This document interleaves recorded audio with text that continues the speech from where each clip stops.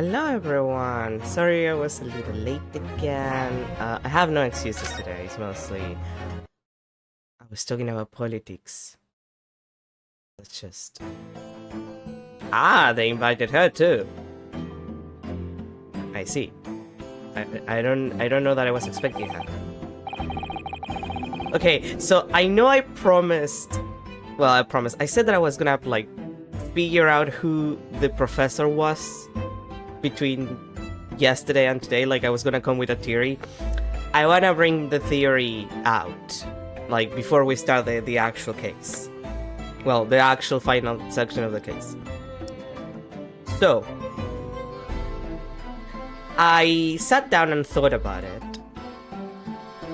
And I decided that I had to limit the list of subjects, you know? Like, I had to figure out who could be guilty of the crime. And basically, there's not a lot of options.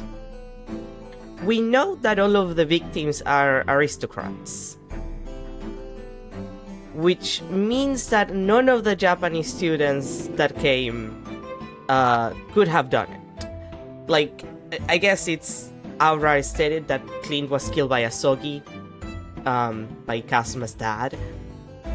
But he's the only victim that falls into that category, I think. Like, Asogi outright confesses to the crime. So,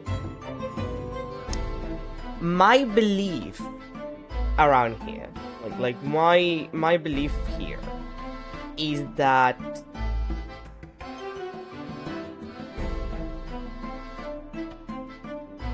it had to be like it has to be someone who was in charge of the investigation in the first place, because otherwise, like, the cover-up doesn't make a lot of sense, clearly. And I do insist with the idea that Strongheart might have had those people killed because they were a problem for him personally, like, to get into a higher position. So that leaves a relatively small list of people. Like, it could be Gregson, because he was involved in the investigation. It could be Dr. Scythe, because she was involved as one of the coroners. It could have been Wilson, he was the main coroner. It could be Strongheart. It could be either of the Van Six, technically. Well, not Baruch. Baruch was just barely becoming a prosecutor by that time, so it could have been Clint then. So, Wilson is dead. And I don't think he did it. I don't think the coroner would have been responsible, which also takes Dr. Scythe out of the equation. Like, I don't think this is a Dexter situation, you know? Strongheart is the most likely, there would be a lot more blackmail, because Strongheart would know. Because again, I do think that this is entirely his doing. So, he would have ways to dispose of these people with this knowledge if he wanted to. Like, better ways even to dispose of them, which he has. If he has disposed of them, it's because he doesn't want people to know that he's the mastermind behind all of this. So it has to have been someone that had easy access to all of the novels, which is why I took out all of the Japanese students, because I don't think they would have. Like, they're there to study, I don't think they're there to mingle with the, you know, with the nobility. Which, arguably, there's only two people that fall in that category, and that's Strongheart and Clint. Which, I still don't think Strongheart did it. Like, in the sense, I don't think he did the murders himself. So the only person who realistically could have done it, who had access to all of those novels, like easy access to them, as a member of the nobility, so he had opportunities, had ways to hide his own crime, had the contacts to actually do whatever it was necessary to hide the crimes, or at least hide that he committed them, because clearly the bodies were found. He clearly wasn't too good at cleaning up the crime scenes. Would be Clint. And it makes actually a lot of sense for Clint to, like, for them to find someone else to blame for Clint's crimes. Primarily because he's a noble himself. It would have been an uproar. Like, that would have been a disaster politically, like internally. So it's much easier to pin that onto a foreign exchange student. Which begs the question if Kazuma's dad killed Clint in self-defense, or if Clint asked him to kill him, like some kind of, like, you know, like, I'm not gonna get tried for my crimes, might as well get myself killed for it. His autopsy report says that he died in a duel, so in my having a think of like, look, I did all of these things, can you give me the, you know, the honorable way out? We fight in a duel, but I don't put any of the effort. That still begs the question about the Baskerville stuff, because we haven't resolved that yet. But it would also explain why Sholmes would be so willing to hide all of this information from Iris, because it's not just that her dad is the professor. Her dad is a professor and a noble. She has a right to a noble title. It's a lot to put on a 10-year-old. So we'll see if I'm wrong, but like, I think that all of this is pointed to Clint. Like, it might have just been him this entire time. So like, I guess we've learned a lot today. As in, I learned a lot because I had to think about this. And by learned, I mean of my mental process, because that's the only thing that makes sense to me. I don't know if anyone is gonna figure it out before me. Like, I know I'm stupid, but it makes the most sense to me. Not a lot of people would have, like, I insist, one of the things that gets me that you have to have access to the people you kill. Like, it's not anybody, it's not just randoms on the street, it's people with like high positions of power in a society. So you have to be in an equally high position to actually get them alone. Which makes Clint and Strongheart the most likely suspects. But Strongheart wouldn't do it himself, because clearly he would never do this shit himself. He's always putting other people to do it by blackmail or manipulation or something else. So Clint is the most likely subject here. Like, he is the most likely guilty party. If I'm right, Van 6 is not gonna like this, so I guess I should apologize to him in advance. Oopsie. Anyway, now we can start. Now that I've laid my theory, my hashtag game theory, I guess we can begin with the actual stuff, with the actual trial. So, witness, please state your name and occupation for the court. Yujin Mikotova, lecturer in forensic medicine at the Imperial Jumei University in Tokyo, Japan. And Professor Mikotova, the young lady beside you is... this is Maria Gori, Scotland Yard's practicing coroner, the daughter of Dr. Scythe, I understand. Yes, Dr. Scythe. I'm afraid I can't tell you why she's here. She just appeared. Like a ghost. I like her, she's silly. You summoned this strange Japanese man as a witness to the autopsy. But you don't summon Mama. That makes no sense. She was there too. That's about the size of it. I had her eyes boring into the side of my cheek constantly, whilst I was in the antechamber too. Poor man. The idea of it is making me shudder. The revelations about Dr. Scythe that came to light some days ago defiled the reputation of the entire judiciary. She was therefore deemed unfit to appear as a witness in today's proceedings. The Ministry of Justice decision on that is final. Well, we wouldn't want any more perjury to be committed, would we?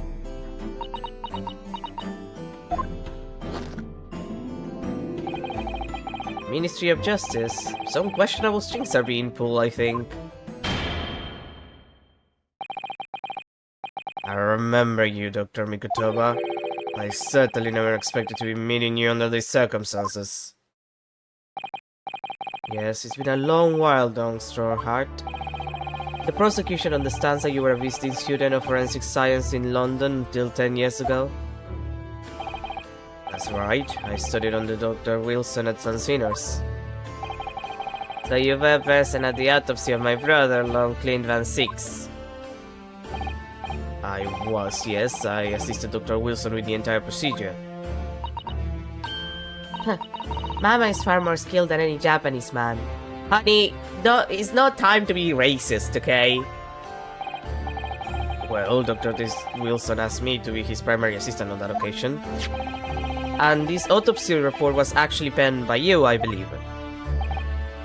Yes, I noted all of the doctor's findings, and when we were done, he read through the document and signed it. Poor Mama.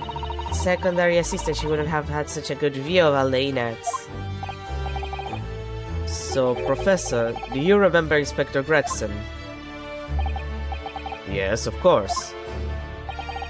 If it wasn't for his insistence, Van Six's autopsy would never have happened. He was absolutely convinced that it would reveal decisive evidence against Genshin, you see.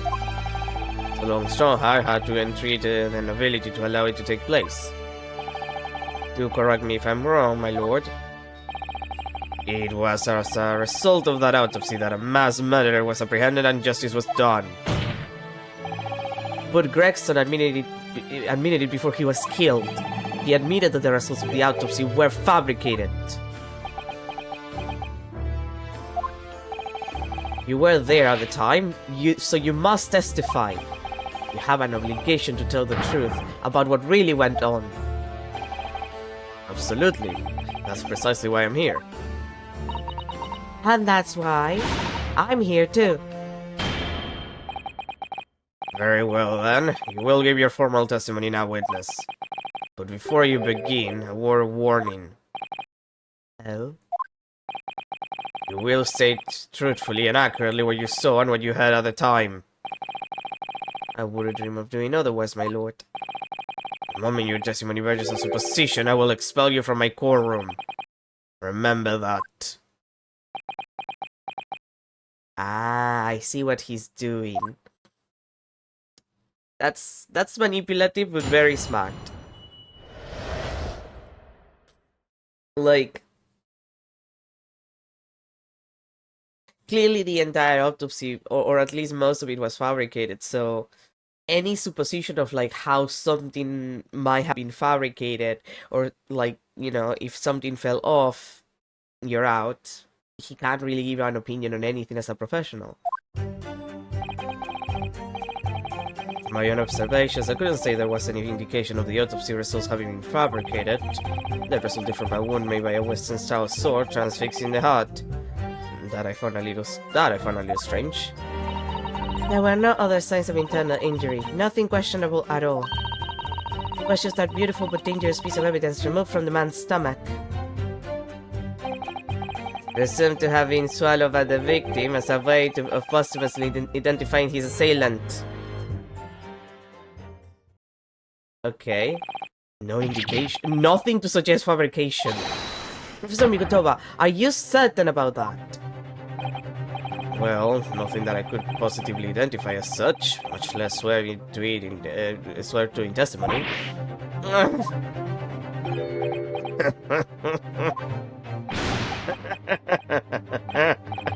Well, I'll clean things up nicely. The only fabrication here, Sogi, has come from you. What? You claim the inspector confessed just before his death, but that is fabrication. No, he freely acknowledged it. I swear he did. Really? With the tip of a sword at his throat? The man was clearly at his wit's end. Corwell gave no credence to this confession that was uttered in obvious desperation. Quite simply, there was nothing questionable about the investigation of Lord Clint Van Six's death. And with his testimony we have, without question, uncover the whole truth of the matter. Nah, it sounds fake to me. If I may, my lord. There was most certainly something questionable about it, and the whole truth does rather elude us, I feel. I beg your pardon. Well, obviously, you're obviously aware of the facts of the case. All four of the professor's previous victims died when an enormous beast was set upon them that ripped out their throats. Oh, such horrifying crimes. But curiously, the killer's last victim, Lord Clint Van Six, suffered a different fate. Yes, you're right. He was stabbed through the heart with a sword. That's enough! I believe I warned you about this, witness. I promise to curtail your testimony as soon as it enters the realms of supposition or speculation. Very well, my lord. In that case, the defense will pursue a conclusion to this during the cross-examination. What? I have the right to cross-examine every witness after testimony. You can't take that away from me, bitch! And I fully intend to exercise that right. Konosuke. Yeah, I know. Don't worry about it.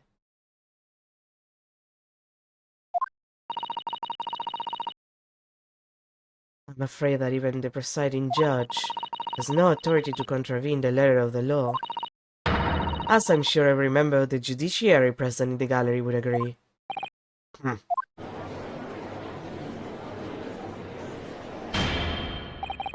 Very well, you may begin, counsel. However, the moment your argument strays from the established facts, I will not hesitate to bring the cross-examination to an end. Proceed with caution.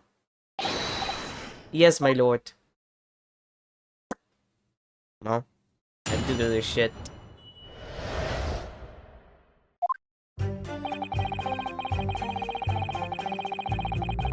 Hold it! You couldn't say. No, sadly not. Then you couldn't say there wasn't any indication either, could you? No, true, I couldn't. I was at Dr. Wilson's side as he performed the procedure, recording what he did. At the times, of course, he instructed me to fetch implements and such like. Well, as I was away from the operating table, obviously I could have missed something. And at those times, what was the secondary assistant doing?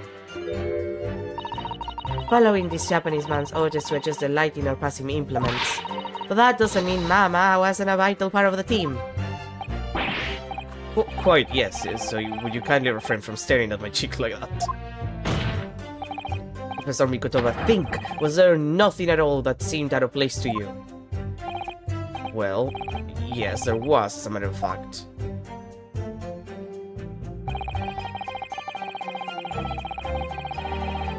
Hold it! In all of the previous 4 killings attributed to the Professor, the victims were killed by enormous dogs, I believe.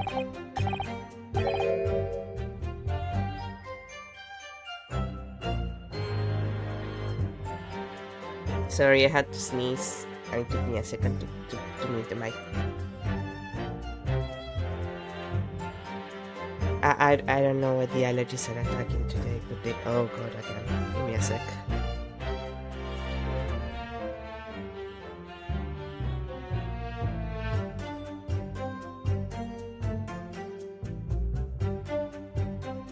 Okay, I think that's it. At least for the time being. I apologize. Their throats were, well, mauled? Correct. And yet Lord Van Six was stabbed. Do you mean to say you think Lord Clint Van Six may not have in fact have been one of the Professor's victims? There is no basis on which to doubt the findings of the investigations carried out at the time. But again, Shinasogi confessed to all of his crimes upon his arrest.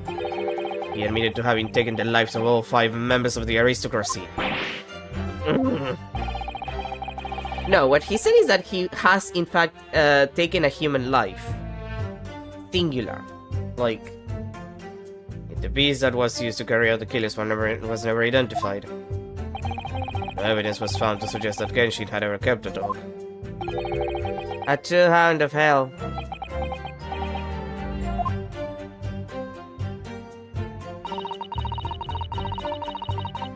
Hold it!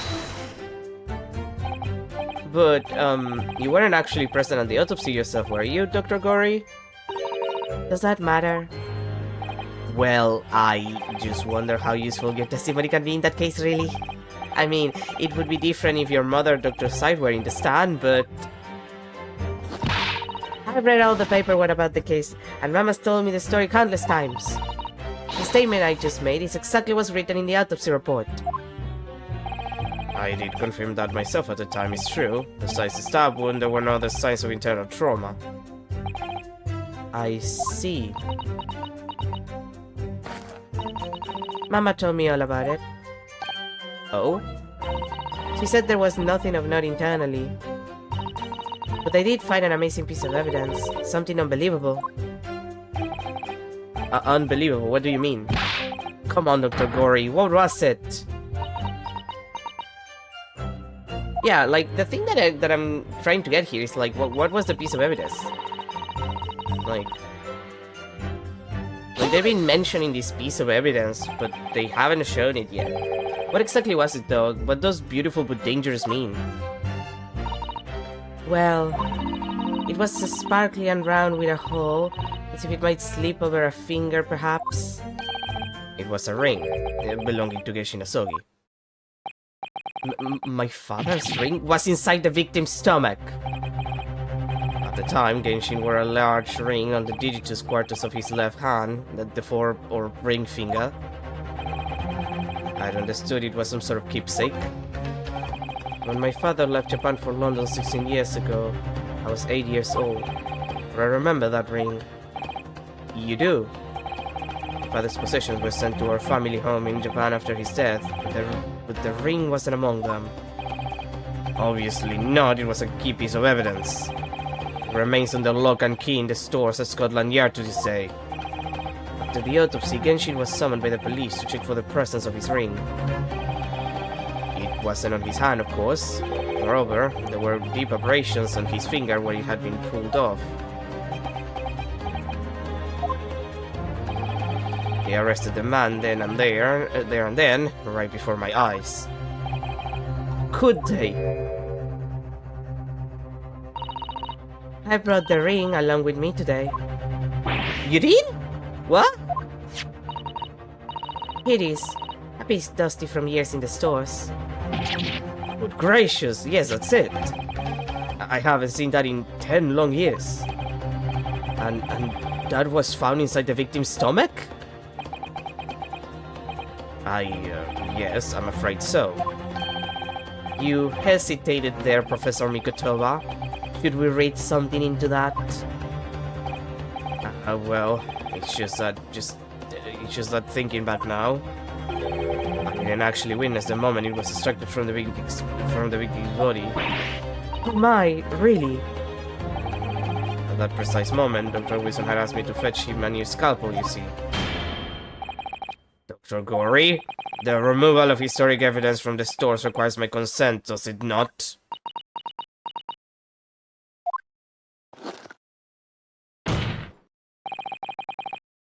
However it came to be here, the court cannot deny that this is crucial evidence for today's proceedings. Very well, you may submit it. Ah, fuck you. I can't believe that Maria Gory is the most helpful character in this entire game, like by far. It's not the sort of ring normally seen in Japan. They almost look like claws protecting that jewel. You must examine it very carefully, Mr. Naruhodo. Very carefully indeed. Yeah, I know. Let's check it.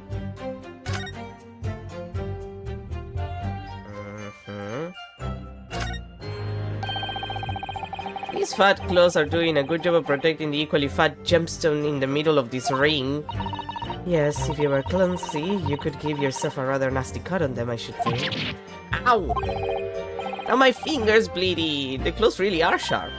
Oh my, that was very good clumsiness, Mr. Naruhodo, even for you. Who would make such a dangerous ring?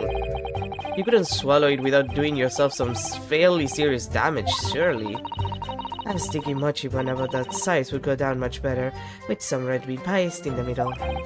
Someone as clumsy as me would probably manage to choke on it somehow.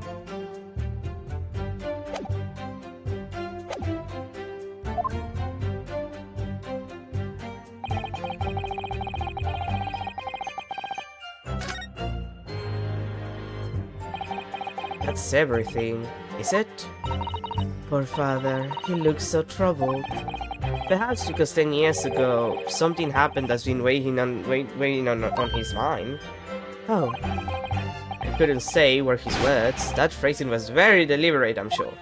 I wonder if he's had his suspicions all these years. If that's the case, we need to use this cross-examination to prove what really happened. I don't remember any trace of doubt. If we could establish that Kazuma-sama's claim of fabricated evidence was true. We can't shy away from this now, even if what we might uncover could lead to total calamity. Don't worry, Mr. Naruhodo, I'll be right beside you, whatever may happen. Okay, I think I know where... Yeah, it's super questionable with this shit. Objection! The court has heard that the ring was extracted from the victim's stomach, but you didn't actually see it being removed, did you, Professor Mikotoba? That's right, as I said in my testimony before. At that moment, I was fetching a replacement scalpel that Dr. Wilson had requested. In other words, you can neither confirm nor deny whether this ring, in fact, really came from the victim's stomach or not. What are you suggesting, Counsel?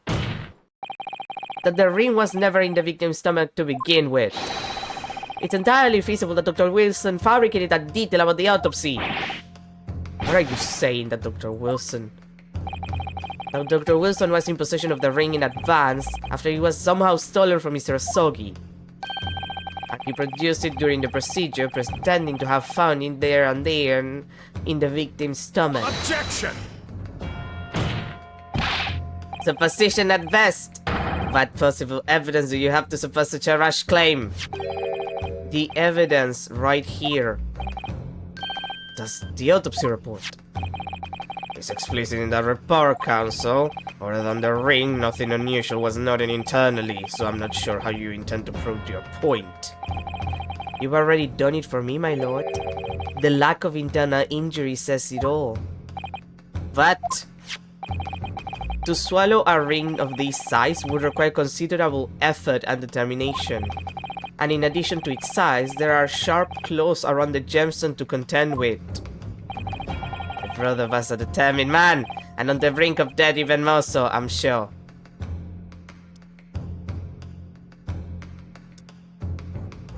Barok, you're saying that your brother was a throat goat. That's so not the thing to say after he died. And when it's obvious that he didn't swallow the fucking ring. Come on, bro. He would have stopped at nothing to ensure that evil killer was brought to justice.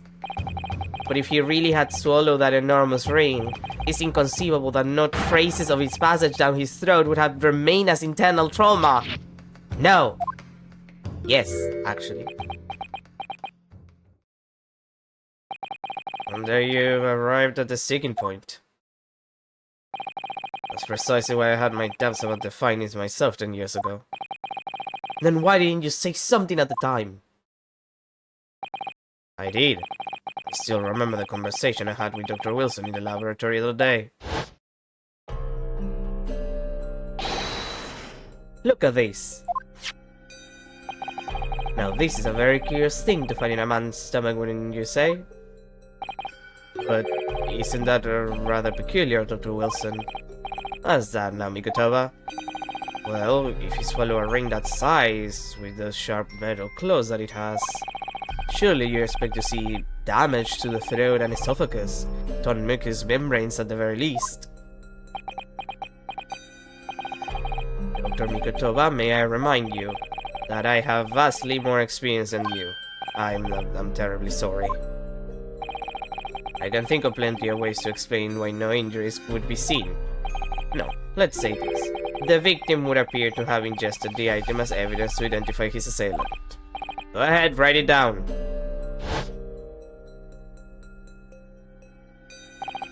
So I was right! Dr. Dixon deliberately fabricated the results of the autopsy to implicate my father. I'm disappointed, counsel. That argument is nothing more than a speculation. What?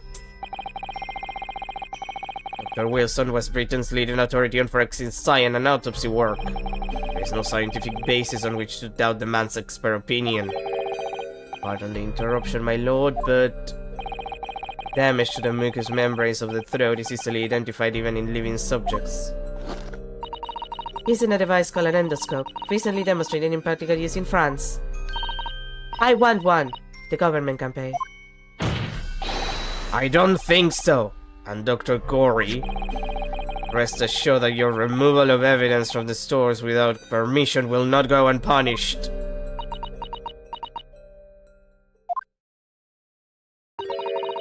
We open up the dead to find the truth. I beg your pardon. But Mama, you chose to stitch her corpses up with all her secrets inside. That's wrong. Dr. Gorey? It's looking as though he's chosen to walk a different path to her mama. I can't believe that a 19-year-old... She's 19, right? I think I checked. I just want to make sure because I don't remember. Yeah, she's 19.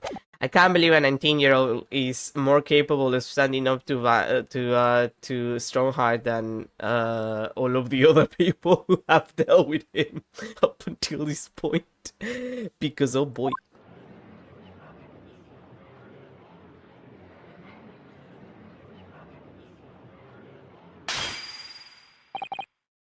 Yes, the ring. What about the ring?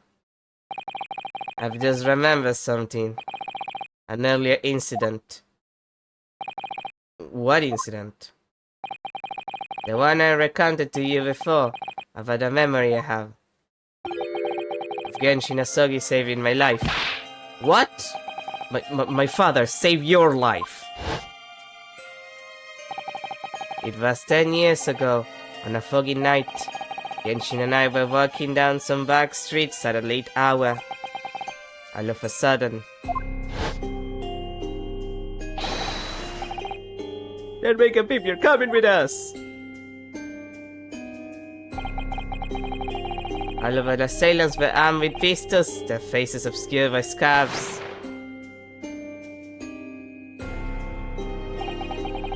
The next thing I knew, there was silence all around.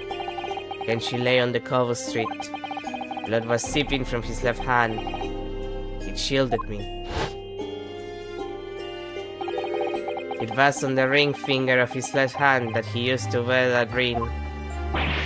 Ah, are you saying... I've always believed those thugs were after me, but now I'm starting to question if perhaps I wasn't the intended target at all, after all. Wait, but... Genshin was arrested 2 days after that attack. And in that short interval, the decisive evidence needed to indict him was miraculously found. You mean the ring was stolen from him? You think that that's what those thugs were after that night?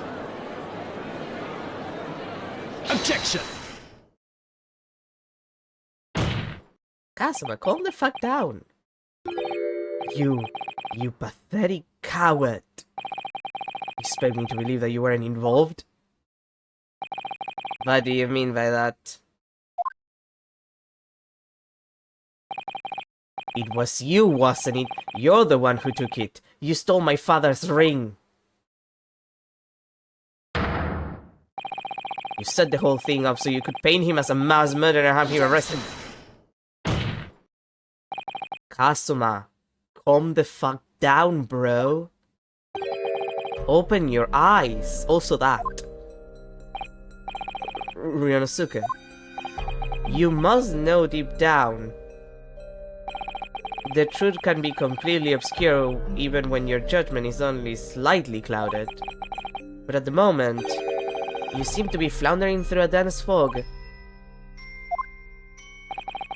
Is that why you were so insistent I should be present in this trial? To see you like this? To remind you not to be pathetic and dumb, perhaps? Well, this is an amusing spectacle. What a grandiose expression on your face, as if you were Lady Justice herself. Fuck off! It seems you have thoroughly convinced yourself of this alleged fabrication of the autopsy results. So much so that you're apparently blind to the blatant contradiction that would be born out of it. What?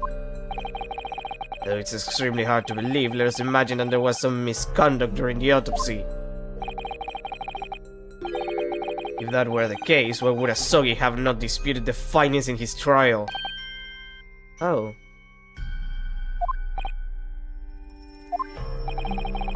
In the closed court hearing 10 years ago, the defendant never once denied the claims against him. Isn't that right, Lord Van Six? Yes, that is indeed correct. Upon hearing the verdict of guilty, he merely closed his eyes, quietly accepting the judgment. The actions of a man who has accepted responsibility for his deed is assigned to his fate. But then... Oh my, that is very strange. And Mr. Asogi did nothing to oppose the charges against him then. That would surely mean there was no fabricated evidence. An obvious conclusion that you should have arrived many minutes ago, Prosecutor Asogi. Your twisted loyalty and clouded judgment are hampering your ability for logical thought.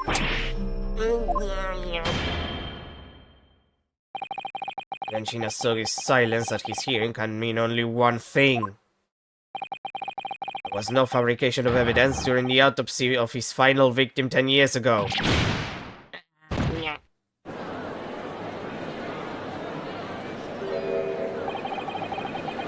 But if the autopsy was all above board, there'll be nothing to stop Lord Stormheart bringing this trial to an immediate conclusion.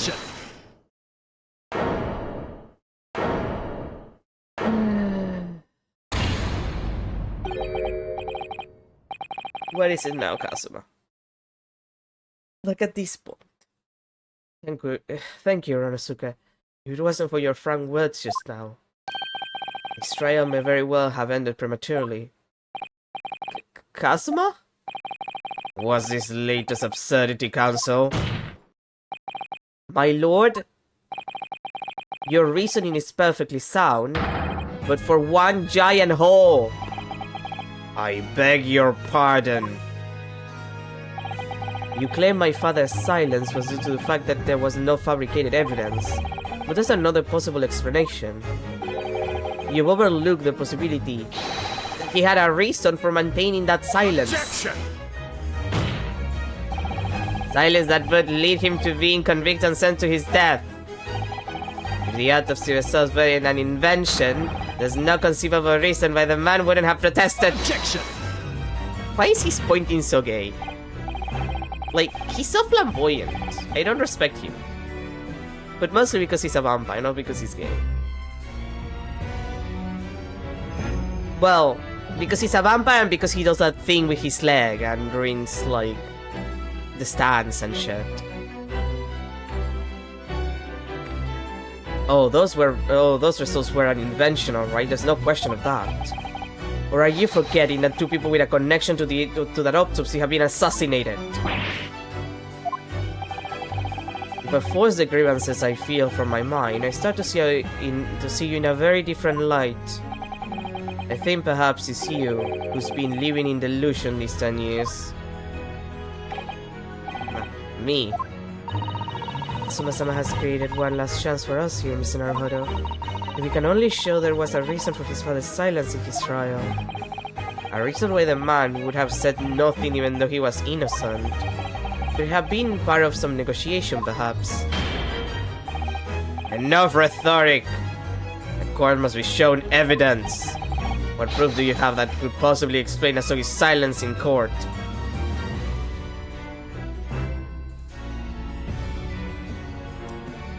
Let me think about it.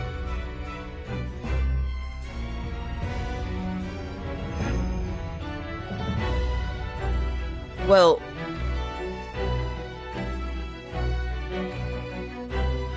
right, the escape. He wasn't even like killed. He was killed in the cemetery after he escaped. And Daily Vigil said that he thought that like when he went to check on the corpse, quote unquote, like the casket was closed, which they're not, you know, left closed until after being like checked. So it's possible that the escape for this crime was always like it had been a deal since the beginning. Which would mean that it has to do with Mr. Vigil's dismissal note, I guess. Because it's the one thing that is related to that, directly. Like, it's all about the prison. Take that! It's true that Genshin Asogi's silence during his trial resulted in his conviction. But that didn't actually lead to his execution. On the contrary, it led to his escape. An escape that was only possible because he'd been sentenced to death. Although I find it hard to believe my father would have negotiated in that way, the defense is correct.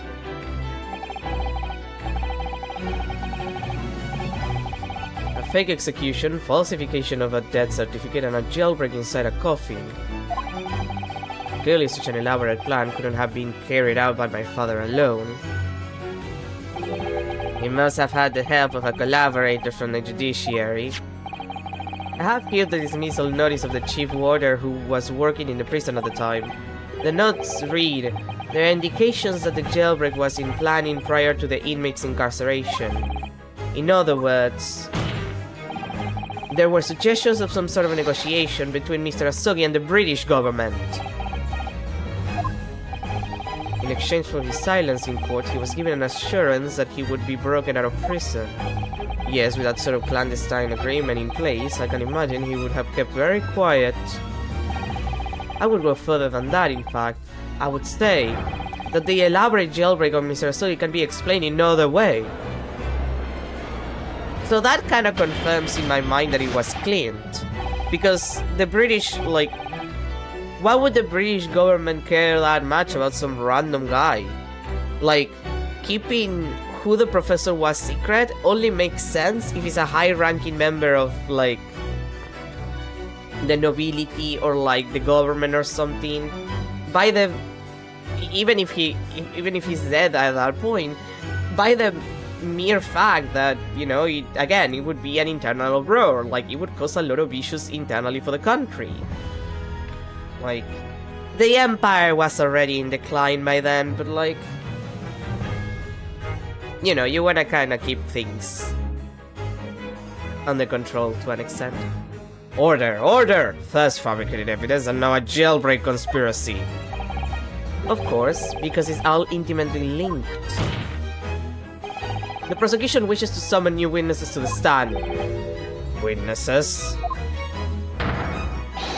People who can testify about the jailbreak that took place 10 years ago.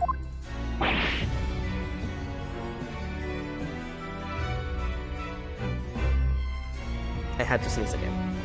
Ah! Governor Kaidan and the poor chief warder of the prison. I won't allow this trial to turn into a farce to summon the governor of the prison after all these years. Oh, it wouldn't be any trouble, my lord. What? Father? My dear friend may appear a little rather bad at times, but I can assure you he's extremely thorough.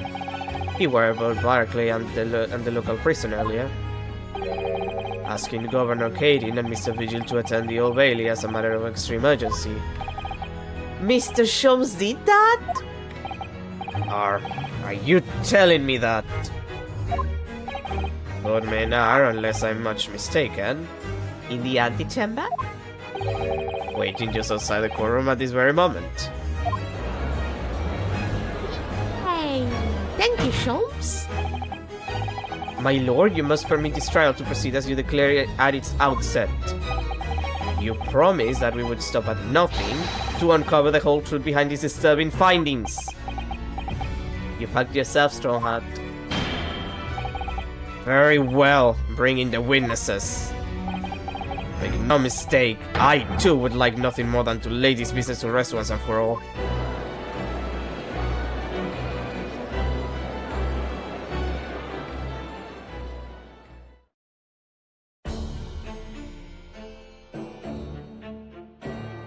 I love that it's like 2 people and then 1-6 at the end.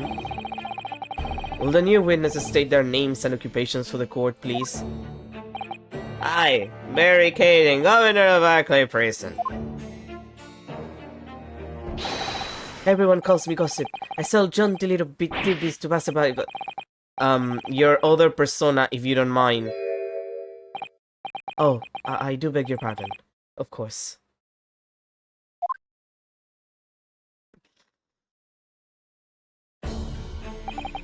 My name is Daily Vigil. I used to be the chief warden at Barkley Prison. The reason you've been summoned here to court today is to testify about the jailbreak of the so-called professor 10 years ago.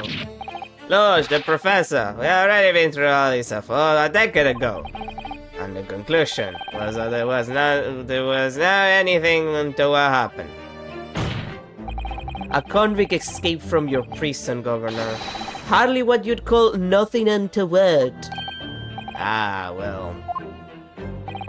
The convict's death certificate was somehow falsified after he was allegedly executed, and he escaped the prison inside his own coffin. A plan of that complexity could never have been carried out without the help of somebody of influence inside the prison. Governor Caden, don't imagine that the passage of time will afford you any protection. If it turns out that you were involved in the plot to break Mr. Asogi out of your prison, then of course, the consequences will be very serious. In all likelihood, a capital punishment. Yes! Oh, there, laddie, all I did was... Witness? Governor Caden? Aye, sir.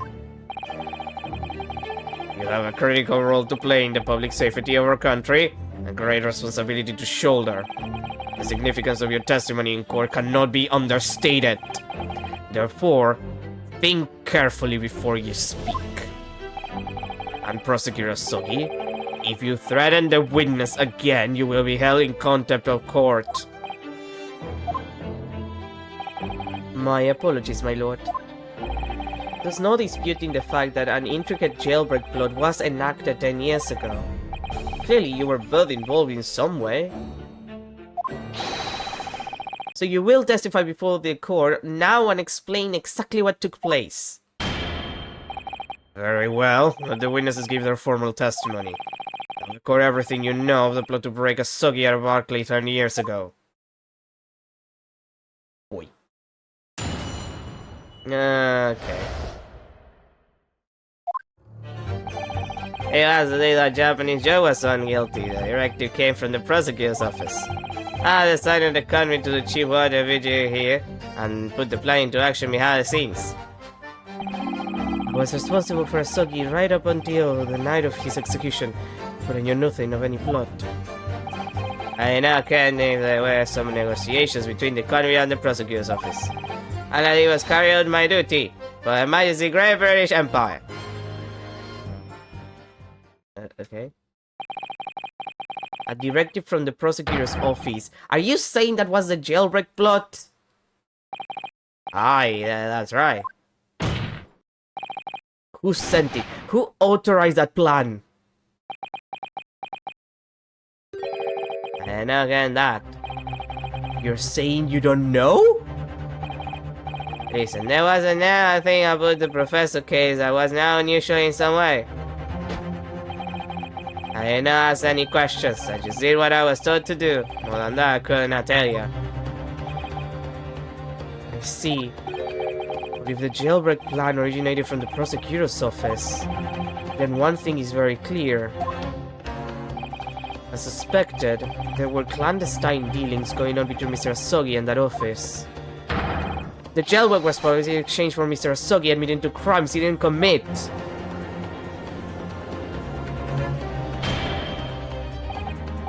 That, counsel, is nothing more than speculation on your part.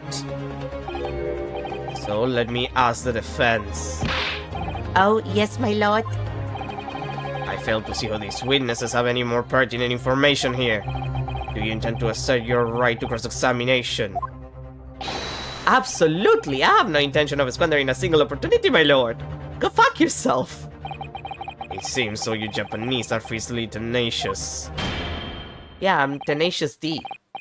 Very well, counsel. Very well. Proceed, counsel. Go fuck yourself.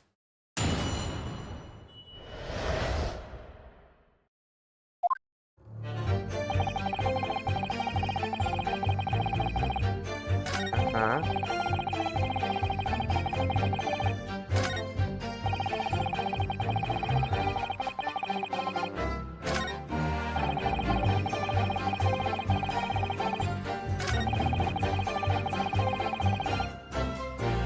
I'm interested in this particularly.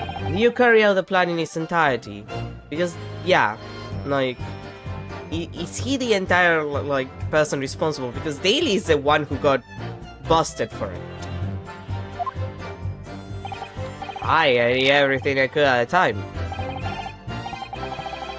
As you know, Genshin Asogi was shot dead in Lowgate Cemetery after the escape.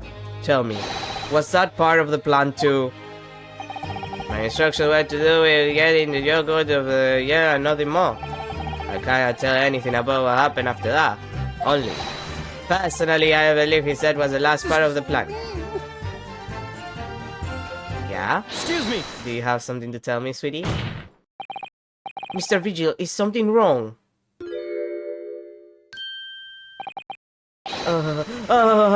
Yes, sir. What can I do for you, sir? Bro, he's saluting now. What is it? Some sort of Barclay convention? What Governor Kading was just saying seemed to upset you. Did it bring something to mind, perhaps? For the last 10 years, I've completely blotted out the memories of that time from my mind. I was betrayed by my superiors in the name of my country. Just as my father was betrayed, it seems. But you see, thinking back now, I really can't imagine that the shooting of Mr. Asogi in that cemetery was ever part of the plan. What makes you say that? Well, it just doesn't make sense, does it? To make the man admit to crimes he didn't commit with the promise of a jailbreak, only to kill him in the end. That's treachery of the worst kind. The point is, if the intention was always to betray him, why would there be any need for all the chicaneries of an escape? Ah! Yes, that's quite true. If whoever negotiated with Asogi never intended to give his or her end of the wagon, it would have been far simpler to just let the man be executed in prison as dictated by his sentence. It all happened in that vast chamber of secrets that is Barclay behind the high prison walls. I suppose nobody knows what really went on in the execution room now. Yes, it's an unsettling mystery, certainly. Through it all, the Isa we married has never quite made sense to me. If you believe there was some kind of negotiation behind the jailbreak, I'd read Asogi and a body at the top. It does not quite add up, does it? Governor Kading, I must insist that you explain these doubts that you have. By amending your formal testimony. That's... I go on then. Strongheart is so angry. He's so against this shit. It seems to me that the Japanese fella did not have nothing to bargain with.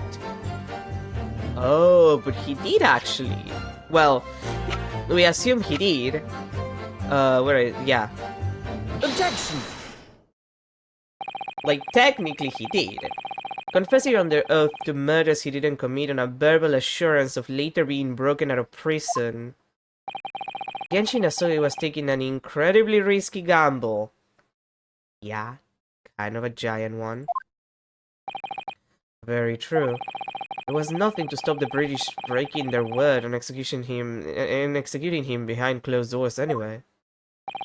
Under normal circumstances, no man would stake his life on a gentleman's agreement like that. Which means that Mr. Asogi must have had a trump card. Something that guaranteed he wouldn't be betrayed. Some kind of weapon. Heathers! That fella could have not possibly had anything like that. But you know that he did, Governor. The Asogi Papers, the name given to the last will and testament of Genshin Asogi. It turns out that Mr. Asogi was hiding his will in his cell at Barclay. Chief Warder Virgil caught him with it one day. You. Yes, good. Yeah, we are not tell you to keep that a secret.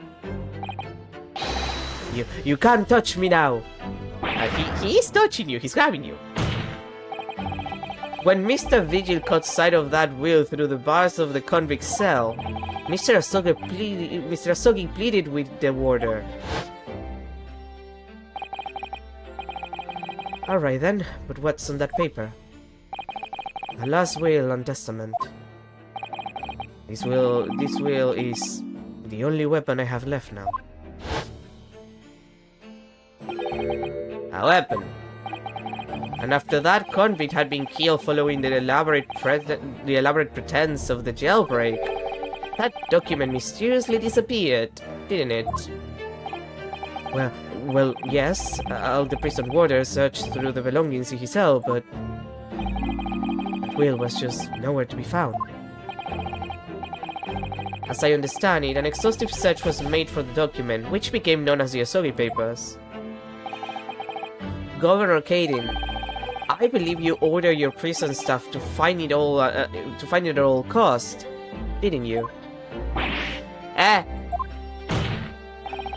Would I be right in saying that you knew?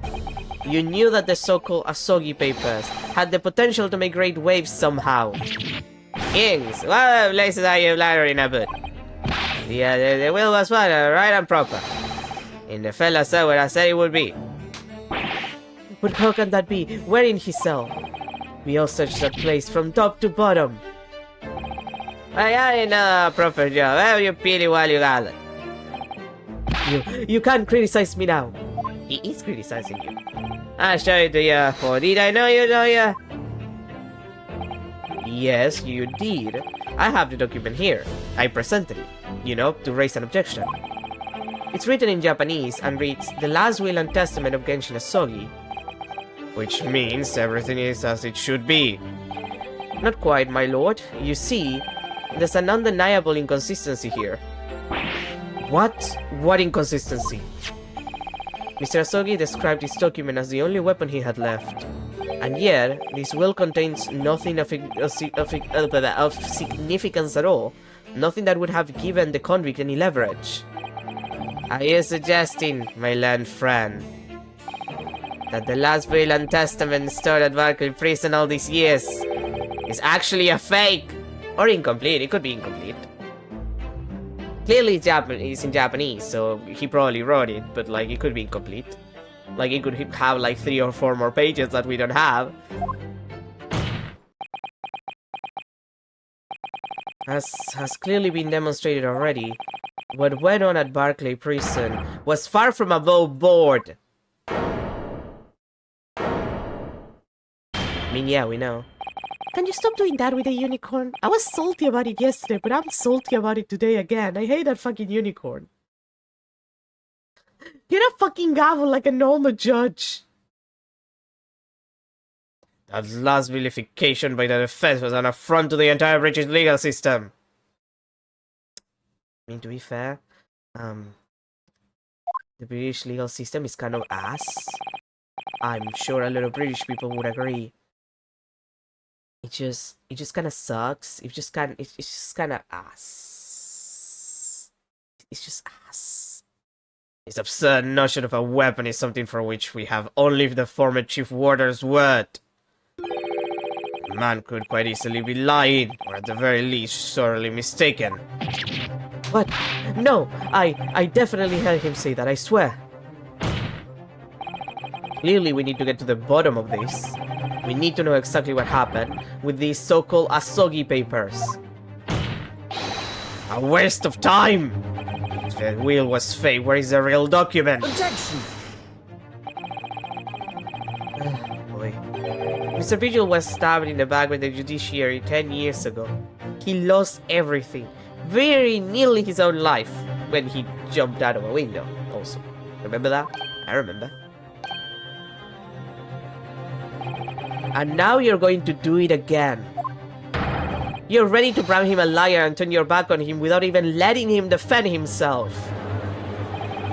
It's clear that because he's hiding something. It's clear that the jailbreak was masterminded by somebody in the prosecutor's office. It's clear that some illicit negotiation took place. Is your Lordship just going to close over this obvious and God damn it, I couldn't read the last one. reprehensible facts? What did you say? We should hear more from the Chief Warder. Have him testify again. God. There's so much dialogue in this game. That goes a little too fast, and it's like, come on, bro. If I set the speed, if I set myself to click the thing every time and not to autoplay, it's because I want to read the stuff. Please. It would seem that a vocal few here are utterly blind to the truth. Very well then, let the witness testify again. Tell the court precisely what you think you saw of the convict's last will and testament. Yes, my lord. Okay, what does he have to tell us then?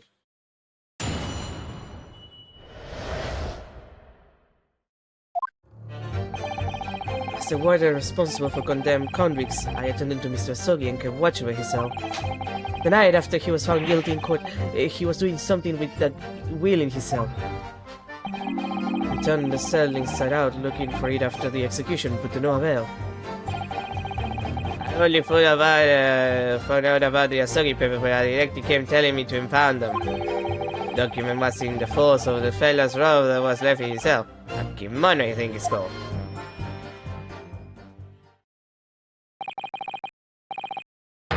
In his kimono, that's a lie. We searched every inch of the man's cell. We looked through all his clothes. It can't be true. You know, sorry if I call me a liar once, eh? You waffing, There's nothing you can do about it now. You don't have any hold over me anymore. Other than the hold you like to take on my cravat, of course, if that's what you're going to do, is it? Did he have to play the animation like that without him move like that? This is just kind of weird. Like, what are you doing? What are you do? Why are you like that? Is that how you love your wife? Is that how you make love to your wife? Do. Are you going to give me a good shake again? Or are you too scared?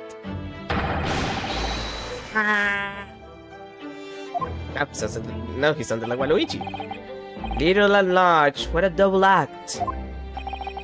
We complied with Asogi's will as far as was possible. All of his personal effects were delivered to his family home in Japan.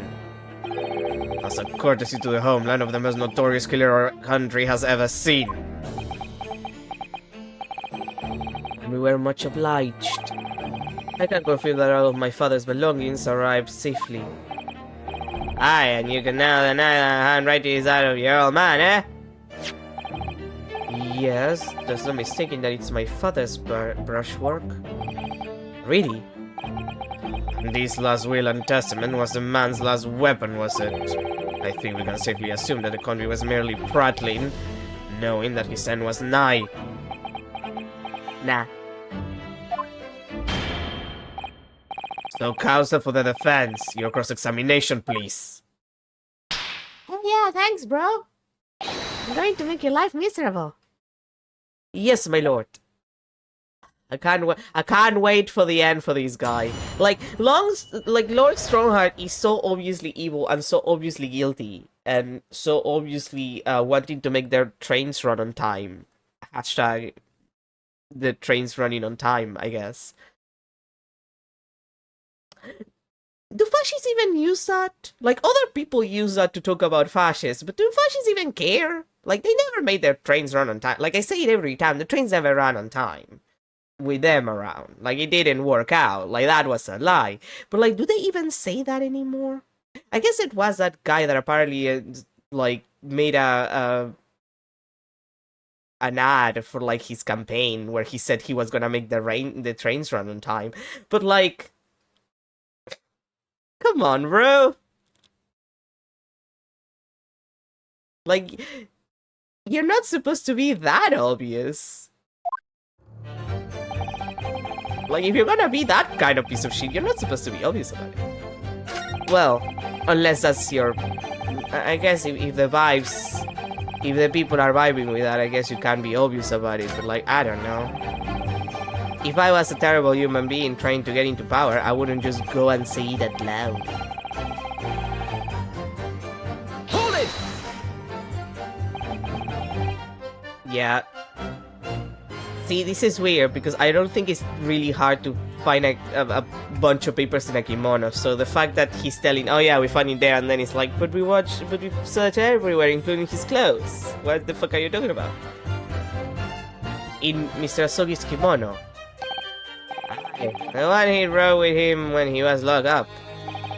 Yes, he was permitted to have his personal effects with him during his incarceration, I understand. That's right, he was granted as much freedom as possible in the few days before his execution. Indeed, he had a number of items of personal significance, I remember. He was very reluctant to part with them. Some books, a kimono, his sword. His sword? Karma, the famous sword of the Asogi clan. It bears the soul of my family. Yeah, but Kazuma, he was going to jail. I don't think they let you have weapons in jail. I don't doubt it, but I wasn't really getting at that. Forget it being the soul of the clan. Could the man have had a more obvious weapon? Have some respect, Ryonosuke. Respectful silence? The largest scary firearms on the town. They must have shackles around their ankles. He could not have hurt anybody without a thing. Still, he was allowed a sword, with no writing materials. Aye. He wrote that way before he came to stay with Elsa Buckley, you see. Dr. Mikotoba was asked to bring the necessary Japanese writing implements to the prosecutor's office. Necessary inkstone, black sumi ink, and some Hanshi rice paper, no doubt. As present where he wrote it. I'm sorry to say, the letter just looked like queer bit massive earworms to me. Excuse me! Excuse me? Are you feeling faint, Mr. Vigil? I think he is, by the animation look. Mr. Vigil! Sir, it was Scarlet, sir. What? Oh, I'm terribly sorry. I didn't mean to blurt it out like that.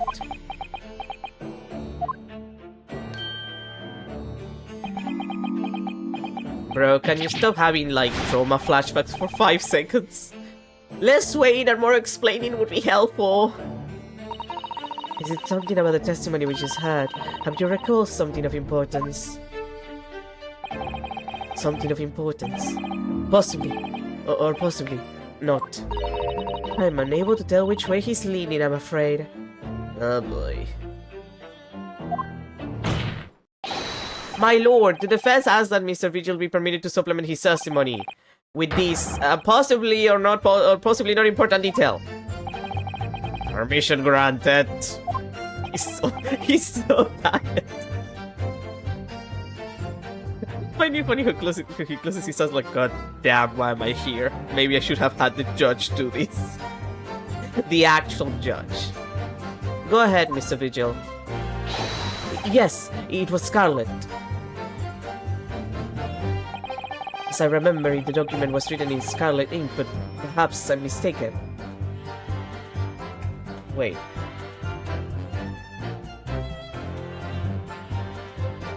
In scarlet ink? Wait. I need to check something. Not that one.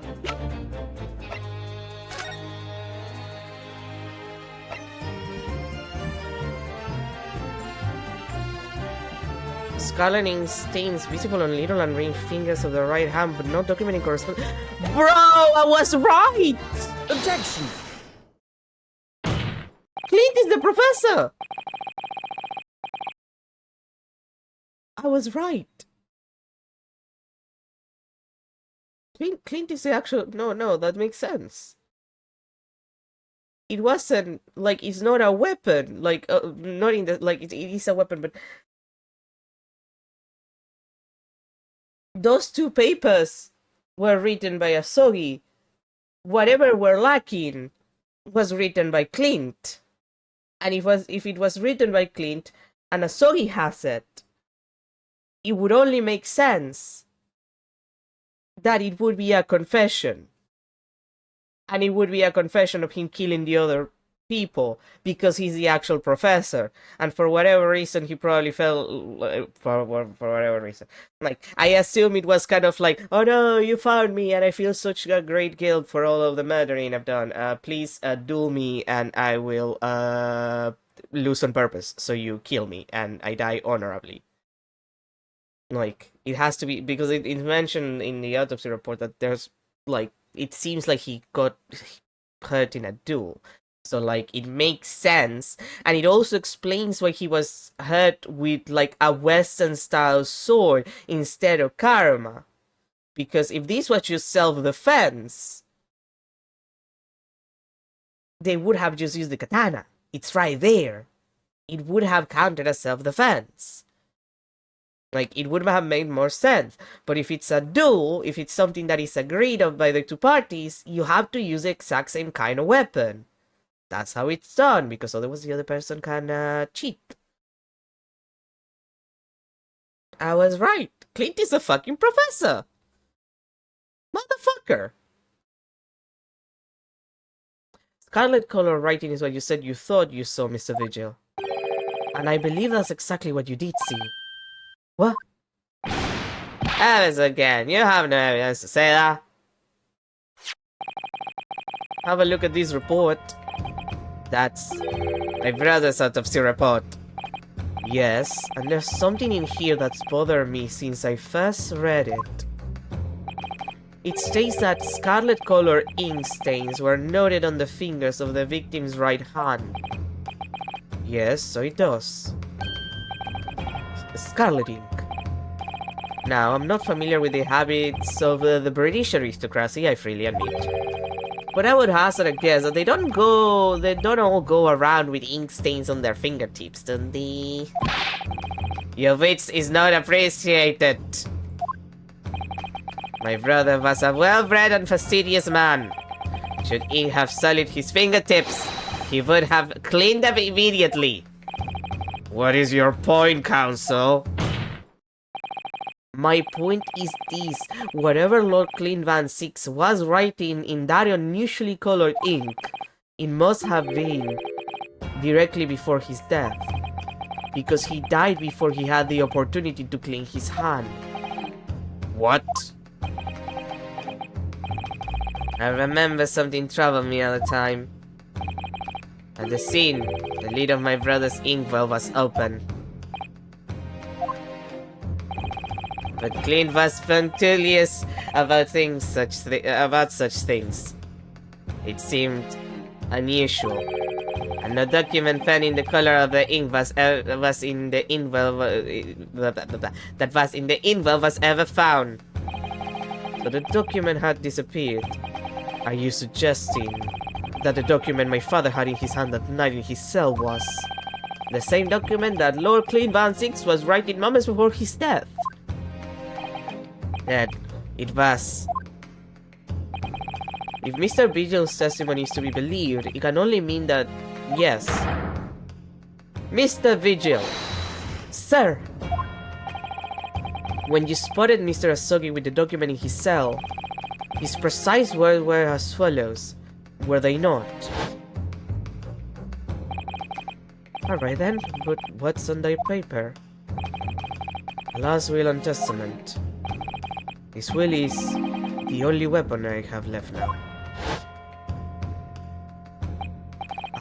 Last will and testament. Ah. If the conversation really goes as Mr. Vigil says, then what we now know completely changes the meaning of what Mr. Asogi said. You really think? Mr. Vigil did indeed see the convict with a will, but it wasn't that of Genshin Asogi. It was the last will and testament of Lord Clint Van Six. No. What? I think Van Six made the connection already. I think he's meant the connection, and he doesn't like that he made it. Like, I think he made the exact same connection that I did, and now he's salty because he doesn't like that connection that I did. And understandable, but still, this is madness. My brother's last will and testament. That would mean that he had chosen to die. That is what it would mean, yes. No, impossible! It's utterly out of the question. Lord Van Six. He was pursuing the professor. He consumed him day and night. Whatever happened, he would never have abandoned his investigation before his conclusion. Never! He wouldn't rest until the job was done, until the killer was caught. The idea that he would willingly accept his own death is obscene! Objection!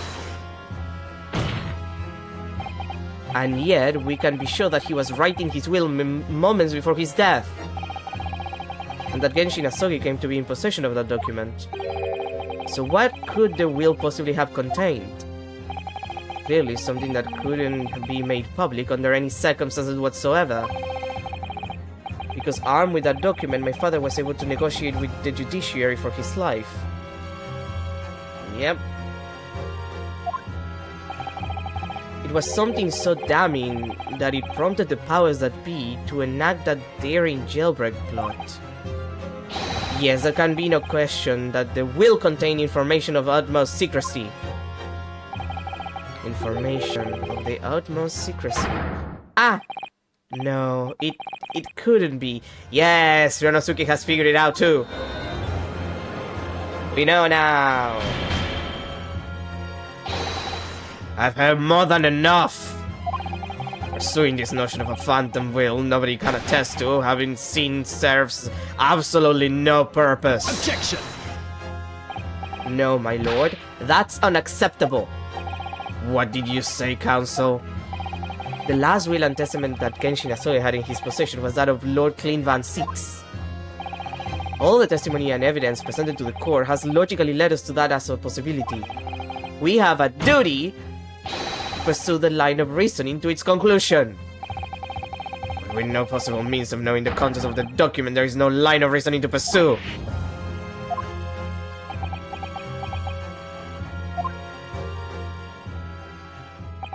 A reason why Lord Clint Van Six, a man of high noble standing, would have chosen death. I was gonna make a joke about Edward, but he didn't die, so I guess it doesn't count. Prosecutor Mice Edward chooses death doesn't work in this situation, I suppose. Even if it would have been funny. Information so secret, people in the judiciary would be willing to negotiate the jailbreak of a condemned killer. The only explanation that fits those facts is an unthinkable truth that turns absolutely everything on its head. But it's just too hideous. Mr. Naruhodo? However difficult the situation might become, you work with your client in pursuit of the truth. That's what you resolved to do when you entered the courtroom this morning, if I'm not mistaken. Mr. Sato, so hold your head high and keep soldiering on. Yes, you're right. 10 years ago, in his final moments, Lord Clint Van Six left behind a will. A will that Genshin Asogi was able to use as a weapon to negotiate his escape from prison. In all probability, the details in the will were related to the Professor case. The defense's last statement is mere conjecture. What are you getting at, man? Inosuke? As soon as these words come out of my mouth, there's no going back. I believe that the last will and testament of Lord Clint Van Six was in fact a confession, because he's a professor. I was right. Motherfucker. I should have seen it coming. Like, the second that I started to think about it between last stream and today, it was like, oh my god, yeah, it makes sense. Fucking Clint. It was him all along. You can do this, Mr. Naruhodo. I believe that what Lord Clint Van Six actually penned that day was a confession. A confession. Regarding the mass murderer known as the Professor and his true identity. Objection! Enough, Council. What are you saying? Do you even realize? A confession about the true identity of the Professor. That would mean... Yeah. Yeah. Yeah. Lord Van Six, I appreciate this must be hard to take in. But it's the only explanation that fits. Yeah, and you probably realize this already and you're just lashing out because you don't like that this makes perfect sense. The killer that terrorized London a decade ago and became known as the Professor. The man believed to have murdered 5 members of the aristocracy. Wasn't Genshin Asogi at all. No, you can't be suggesting. It was in fact the man believed to have been the 5th victim. Lord Clint Van Six himself.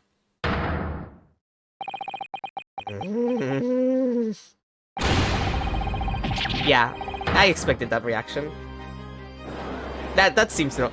What? I'm surprised! I know that the post was... I'm sorry, that was just so funny. Like, they were just like, ah, yeah. What do you expect?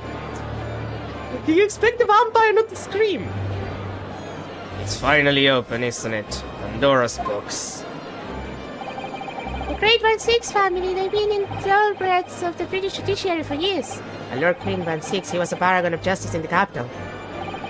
He was actually a mass murderer, a perpetrator of atrocities of the vilest nature. The general probably never found out. Law and order in this country would have finished. Yep, then that's the reason then. My brother. Oh, this is too awful. Oh, Lord Van Six. I wonder though, did he never suspect? Mr. Naruhodo? Lord Baron Van Six is a brilliant prosecutor. Is it conceivable that he didn't realize what his older brother really was? Order! Order in court! Lord Van Six.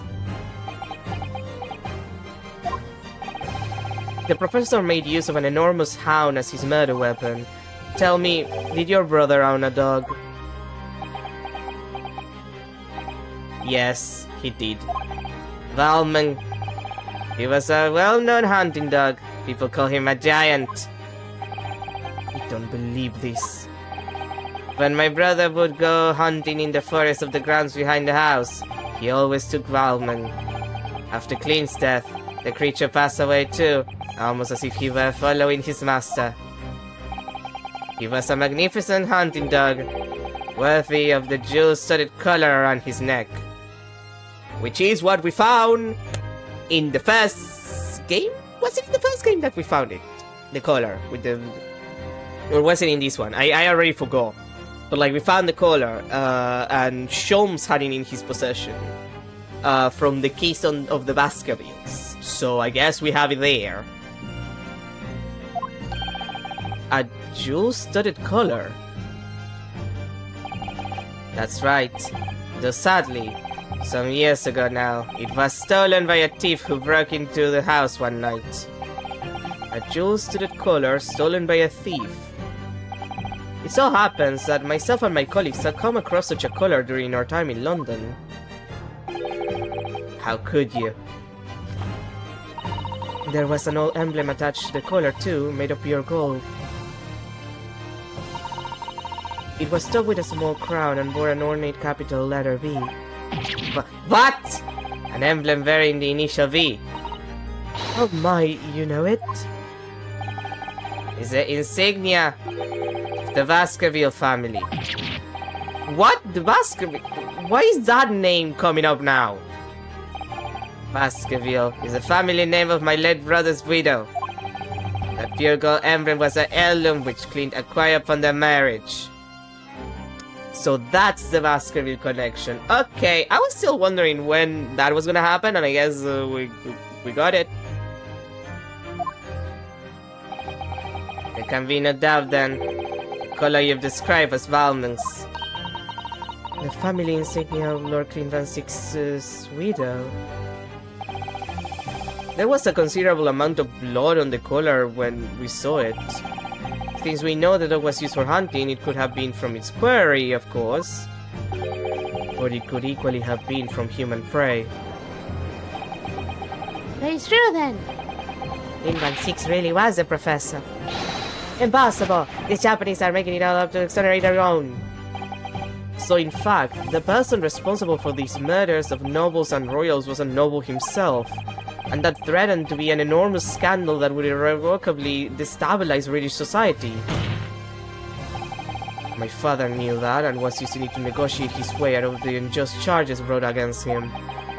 But at the very last hour, those he'd bargained with betrayed him, slaying him mercilessly on foreign soil.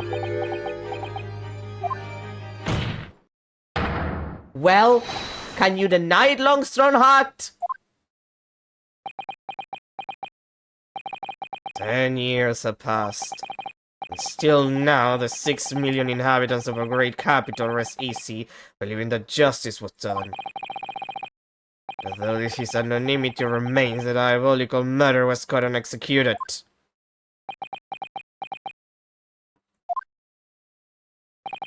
Very well then, you may have the truth. Well, that took a hot minute. Tell me then. Tell me what Clint really was. Lord Clint Van Six was too pure of heart. When he became a prosecutor and went in pursuit of the black roots of crime, he drove himself into a corner. He came to the uncomfortable realization that to fight the most fiendish of criminals requires one to become even more fiendish oneself. Not really. You don't have to do that. No, not necessarily. Like, lately, as time passes and I see the world turn worse, I'm believing that maybe violence is justified sometimes. And I mean real fucked up violence. But like, you're in a video game world. Like, I feel like you could solve it in better ways. The real world is like, yeah, it's bad to kill people. But if we, dealt with, landlords in certain ways, I think the world will be a better place.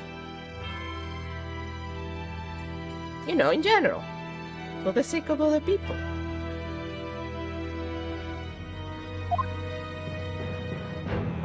I'm not saying it's right. I'm saying I understand. Clint. Or this poor man. He has to deal with this information.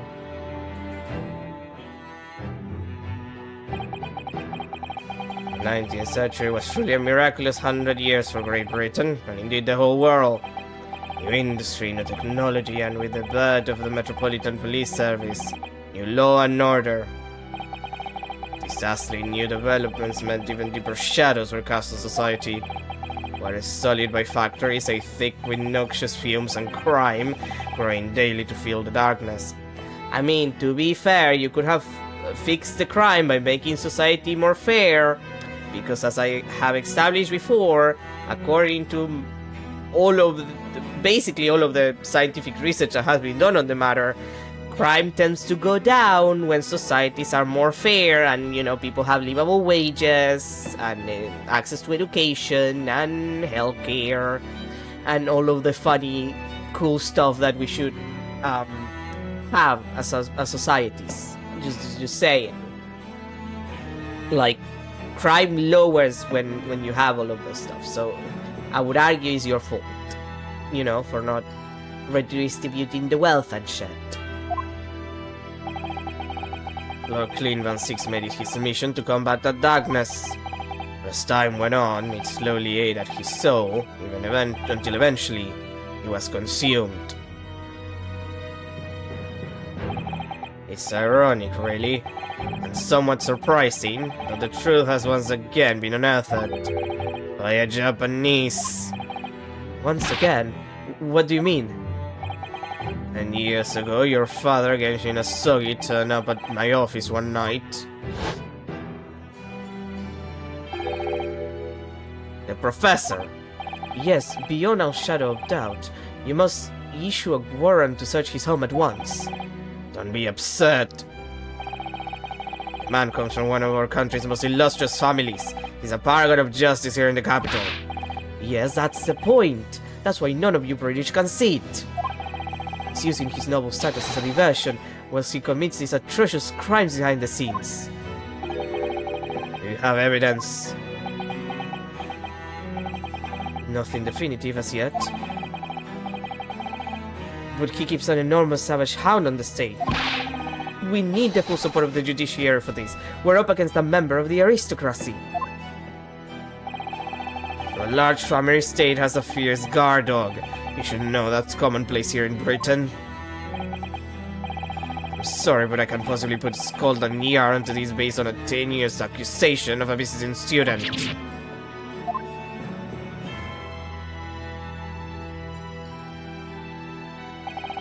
So I turned down Asogi's plea, and as a result, he took it upon himself to visit the Van Six mansion on his own. We can only imagine now what happened between the two men. Though we know the outcome, of course. Lord Clean Van Six perished. I don't believe this. So, in actual fact, Kazuma-sama's father did. He made the late Lord Van Six meet the same fate. He put a permanent end to the professor killings by taking the drastic measure of ending the perpetrator's life. As soon as I headed to the mansion. When I arrived, it was easy to grasp what had happened. And? What about the will? Sogi must have already taken it. Nothing of that nature was found at the scene.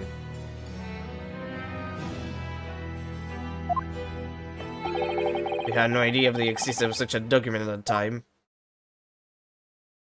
That sounds fake. Don't lie to me, you piece of shit.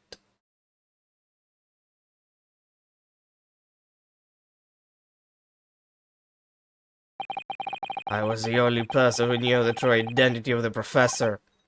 So, I resolved to keep it a secret, and to guard the secret to the bitter end. So you're admitting to it, that you were behind it all? It was you, then, who pinned the crimes on my father! I did what needed to be done in order to protect the law and order of the British Empire. Even if that meant employing an unforgivable ruse. Then it was you who arranged this fabricated evidence. I ordered a detective to take care of it. Whilst keeping the truth from him, naturally. Gregson. Obviously, he opposed me at first. Hurry up, you rocker! We can't do something like that. There's no question that it was Asogi who murdered Lord 16. Our staff have made statements that they saw the man running from the mansion that night. Yes, well, I've no doubt that it was a Japanese fella. We haven't got a shred of conclusive evidence against the man. And worse than that, he doesn't keep a dog, so we're short of a murder weapon to boot. And we're short of time, Gregson. We must put a stop to this man's rampage for the good of the country. So we've used whatever means necessary. Do I make myself clear, detective? Why me? Gregson, you manipulable bastard.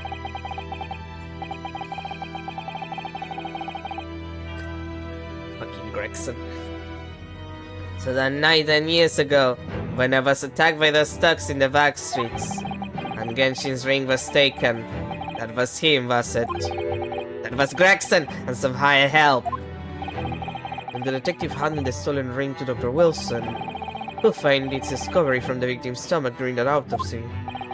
And in the light of that decisive evidence, Mr. Sugi was found guilty of the charges brought against him. However, behind the scenes, he had actually already struck a deal with his accusers, in which he agreed to silently accept the charges. But I just don't believe that part.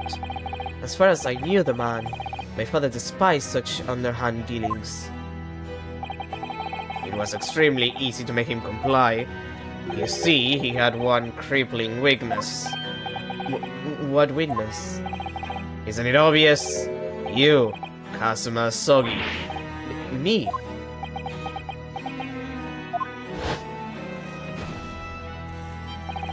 Perhaps you have no desire to return to your homeland, Asogi.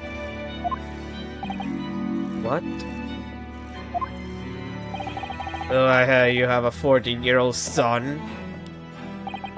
Agree to cooperate and accept your guilt without contention, and you will see Japan and your son again. And then you had him killed. That's the worst part about all of this. Not only did he do this to Asogi, he got him killed because I know that he's not the one who shot him, because I know that Strongheart doesn't do the killings himself. It's clear that he's just masterminding everything. But he got him shot. We have the flashback when we see that there's two figures, and one is shooting Asogi and the other one is clearly Strongheart, and I know because he's, he has his little cane, his little unicorn cane. You scoundrel. Whether you choose wisely or not, it will be a close trial by order of Her Majesty. So whatever rash claims you might make in court will have no trouble in stifling them. There's only one outcome for you, Asogi. The gallows. Don't forget that I still have a weapon at my disposal. A document revealing a truth that I know you're desperate to keep hidden. Yes, it hadn't escaped my mind, which is the only reason I'm willing to bargain with you. I only want to protect this country's law and order. You understand? I have trains! Trains that I need to make run on time! So what it's to be, Asogi?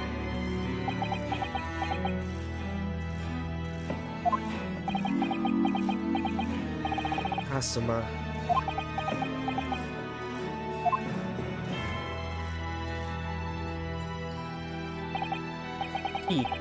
He did it for me. And as I told him at the time, my motive was simply to protect Britain from the damage that it would do. To protect this country's law and order, at any cost. Objection! I've never dared to let myself even consider this possibility until now.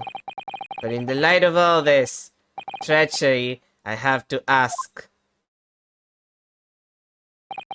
The mastermind behind the Reaper of the Valley.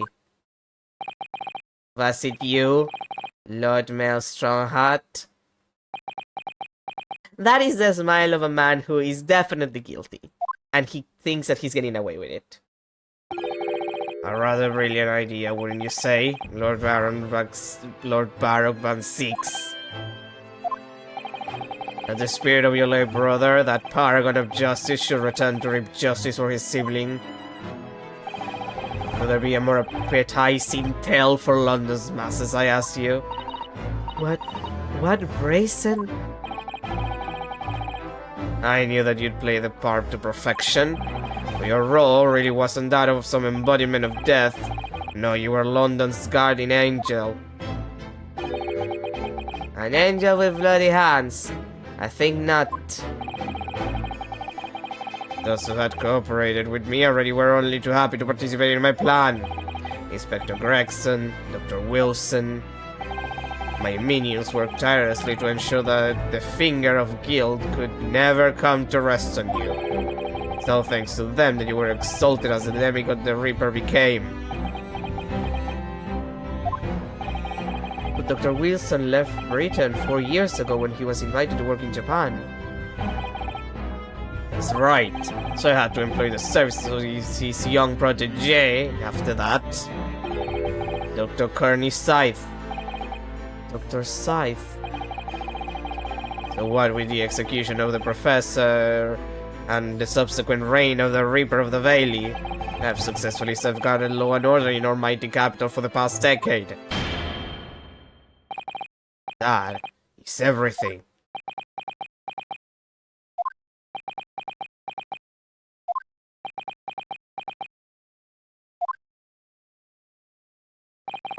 My lords, ladies and gentlemen, I do hereby confess it was I who sired the concept of the Reaper. However, let me say in my defense, it was all for the preservation of law and order across the entire empire. That's all I did it. An unforgivable collection of crimes, but still. All those who died at the Reaper's hand were rotten to the core anyway. If it was only needing keeping London safe, You people are a bunch of fascists! you accept, like, state-mandated murder, basically. This isn't even, like, state-mandated. This is, like, extrajudicial murdering. Bro! I hate the British. Well, no, again. It's mostly the English. The rest of the Britons are fine. Like, the Welsh are great.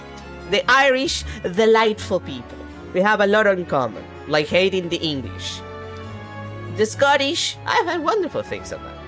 I heard about things about the Scots. The English, though, fuck those guys. There's one left now who can reveal the precise truth of what happened 10 years ago.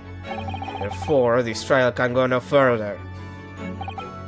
Now, I would like to entreat all those present. Beyond these four walls, nobody needs to know the truth. Even Her Majesty must be protected from this. I trust you all appreciate the importance of my request. It is, of course, for the good of the country.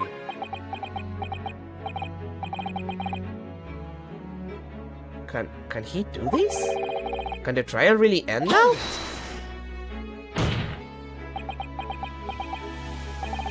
I have one last question. For the accused, Lord Van Six. But, of course, I know that you're a highly accomplished prosecutor, so I find it hard to believe that you didn't have any doubts at all. That you never suspected your older brother. Yes, the same thought occurred to me.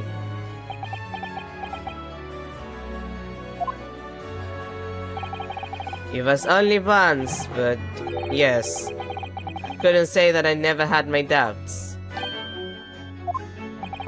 My brother's sense of justice was extremely strong, perhaps too strong, I observed. At the time, there were members of the aristocracy who were leading the country dry for their own gain, which, to be fair, is gonna continue happening for the next 100 years. And then onwards. Maybe we need to get away and just do what the French did. You know, decapitate them.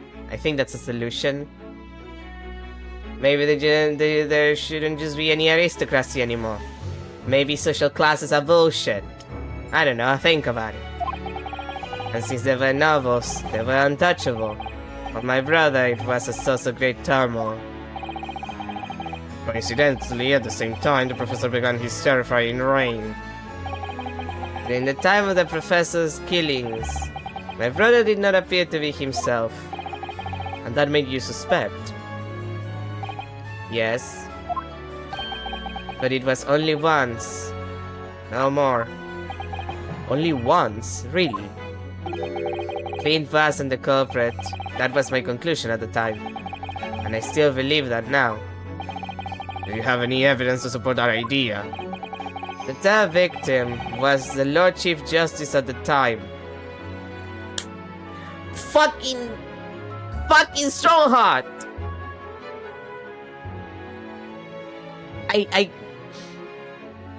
It's Strongheart. It's Strongheart. Like, Clint did the murders. But... like, why... Let's see what he says, but like... the immediate point there is like, that's the position Strongheart has now. You're telling me that Strongheart didn't go to Clint and was like, hey, will you do me a favor, bro? Like... it was he who had recognized my brother's potential and trained him as a prosecutor. No matter what the circumstances, it's unthinkable that my brother could have killed his friend and mentor. Okay, yeah, I'm right. So, I think this murder is Strongheart's fault. Like, Clint did it. But I assume Strongheart already knew that Clint was a professor and went to him and basically blackmailed him or found a way to force him to kill this guy. Because he wanted the position of Lord Chief Justice. If not every single the murder that happened, for the record. But I can see at least this murder being Strongheart's entire doing, as far as like the planning goes.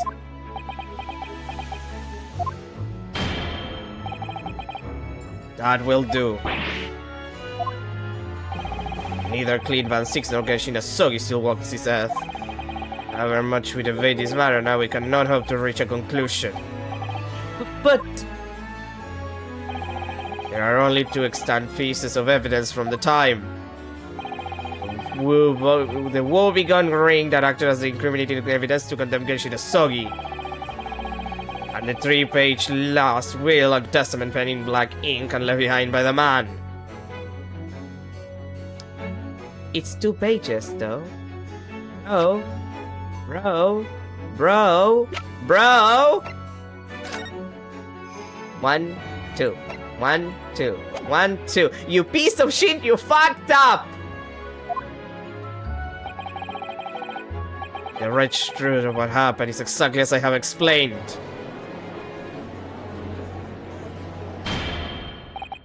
Later today, I will present myself at the Ministry of Justice for whatever sanction is inappropriate. That's all. Court is adjourned. No. Objection! Thank you, Renosuke.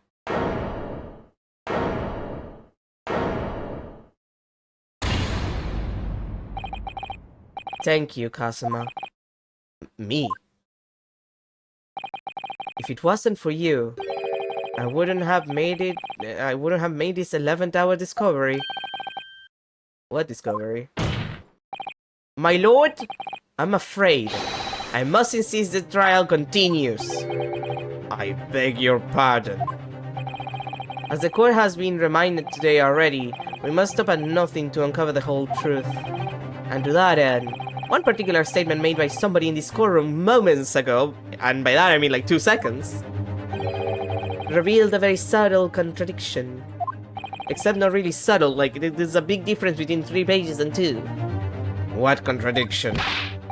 But all I did was ask the accused one simple question. It began with Lord Van Six and his recollection about his brother. But Long Strongheart didn't permit the defendant to speak at length. I merely pointed out that we can draw no further useful conclusions here. So where on earth is that contradiction? One of them definitely just says something contradictory. It's time to identify who. Lord Strongheart.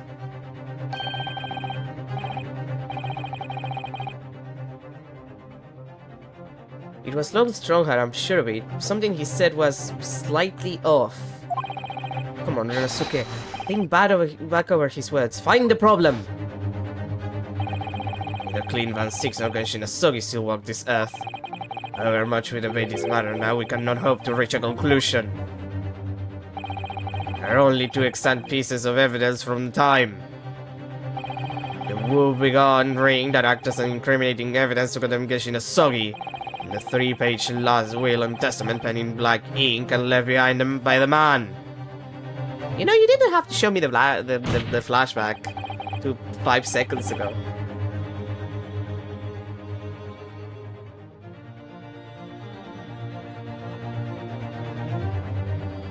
Lord Strongheart, would you care to explain? Explain what, Counsel? Among the statements you made just a few moments ago, something you said was inconsistent with a certain piece of evidence you have. Inconsistent? And whilst an inconsistency remains, the defense has a right to pursue an explanation. Renosuke, what? Let me warn you about the statements you are making, Counsel. They may very well prove fatal. You claim my words contain a contradiction. With which piece of evidence, I ask? Take that! This here is the will left behind by Mr. Asogi. The 2-page will. What? Yet moments ago, your precise words were... the 3-page last will and testament. Ah. Could it be that originally there was a 3rd page? For a moment, I thought perhaps you'd identified something worthwhile, but it's a mere trifle, I see. A trifle? Governor Katie! What can I do for you, sir? You were present when the Japanese man penned his last will and testament. I was there for sure. I remember the black wearing light scrolls to this day. And I'm quite certain, my lord, that there was a 3rd page at the time. What? Only the first 2 pages were the actual will, though. If I remember correctly, the 3rd was a message to his lad back in Japan. For legal purposes, we required only his will. We would now have want any uncomfortable words about reaches to get back to Japan, eh? So you want to say the 3rd page, or now to be sent? Objection! How dare you make that decision? I had a right to know what it said, to hear my father's final words to me. Courtroom is no place for sentimentality, Counsel. It happens. I have the 3rd page of the document with me here now. My father's message. It will be given to you at the end of these proceedings. It'll be too late once the trial is over. We need to know what it says now. Even the slightest thing might give us a vital clue. My lord, the defense calls for Genshin Asogi's last words to his son to be read out loud before the court now. Your request is denied. The inevitably maudlin words can be of no consequence now. Objection! The prosecution agrees. The court should know the contents of that message. Every possible piece of evidence must be thoroughly examined. Very well then, Governor Kadin. You will read the 3rd page of the document for all present to hear. Yes, only I should point out, my lord, that I can actually read Verum language. It's beautiful handwriting. Shame on you, Barry. If I could be of assistance here, I would be happy to translate the words into English for the court. Father! You're still here, are you, Dr. Mikutova? Naturally, I consider myself a member of the judiciary, albeit a lonely one. But perhaps I should quietly withdraw after I've translated Genshi's message. Your cooperation is much appreciated. He's so angry about this. Angriest man alive. Kazuma, the truth is shrouded in darkness. A darkness only your clan great sword can pierce. Mighty Karma, twist thy head and watch them fall, all thy mortal foes. That's the end of the message, it would seem. Sword. Twist thy head. Nah, you wouldn't.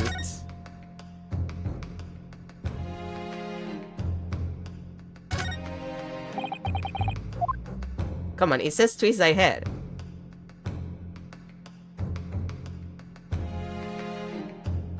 Like... Really? You're not letting me prompt this shit? Come on, bro. Okay, fine, I'll wait. Like, to me this makes sense. But like... a haiku poem? Twist thy head. Father... What is karma? The name of the Asogi clan's famous sword. A razor-sharp blade known to all, passed down for generations. It embodies the Japanese spirit. It's not known to me. Well, 6, you don't have to be a dick. It's the katana sword that was submitted as evidence earlier in these proceedings. The one worn by the prosecution counsel when he confronted Inspector Gregson. Okay. All these procrastinations are beginning to try my patience. Adjournment of this course is long overdue. As a presiding judge, I have been accommodating as possible of the will of the courtroom. However, despite all that, the new information has come to light.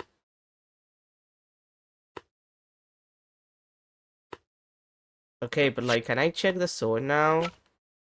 Like, come on, you can't tell. Like, it says twist my head, so there it is. Could have given me that earlier. Mighty Karma, twist thy head and watch them fall at thy mortal foes. That's a proper way to use a sword, is it?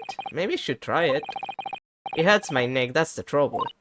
Mr. Naruhodo, if I might make a suggestion. I think perhaps it does not mean your head. Oh. I once studied the history and development of the katana some time ago. And as I'm sure you're probably aware, sword's head is the part at the very end of the hilt. It's written as head in Japanese, but it's pronounced as kashia, I believe. Kashia? So Mr. Asogi's words really mean twist the butt of the hilt? You don't think? Looks what's inside! Is that a tiny one sheet of parchment? In red script, would you see? Hehe. Scarlet ink. It's written in scarlet ink! I penned this, my last will and testament, in the final moments before my inevitable and willing death. This is it, isn't it? Mr. Naruhodo, look at the signature at the end. Clean Van 6. And the date, 10 years ago on that fateful night. For 10 years, it's been silently concealed inside Karma. Nobody knew. Last will and testament of Lord Clint Van 6. Wait. Oh my goodness. Look at this. It's unbelievable. Okay, but like I need to check the actual thing to make sure that I know how unbelievable it is. Let's Wait, really? You're not letting me read it?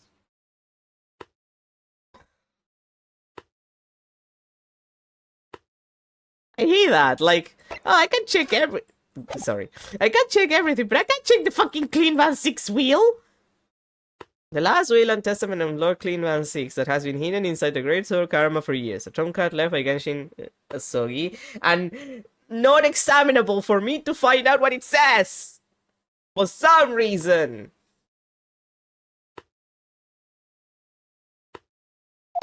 Alright, I forgot that that's the sound that I was hearing. In pursuit of justice, Lord Clean Van 6 tragically lost all sense of morality. When he murdered his former mentor, clearly he was already devoid of his normal faculties. Objection! How dare you! I refuse to believe that of my brother! Too much time has passed, we cannot ever hope to know more than we do now. Especially since the alleged will that he penned in his final moments appears to have been lost forever. Lord Strawhat, you appear to be in something of a hurry to wrap things up. I wonder why.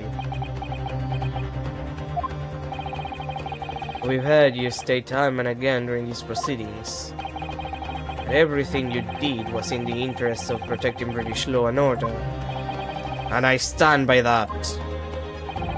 Without the Reaper, we could never have achieved the reduction in crime the capital has seen. Objection! What about Inspector Gregson then?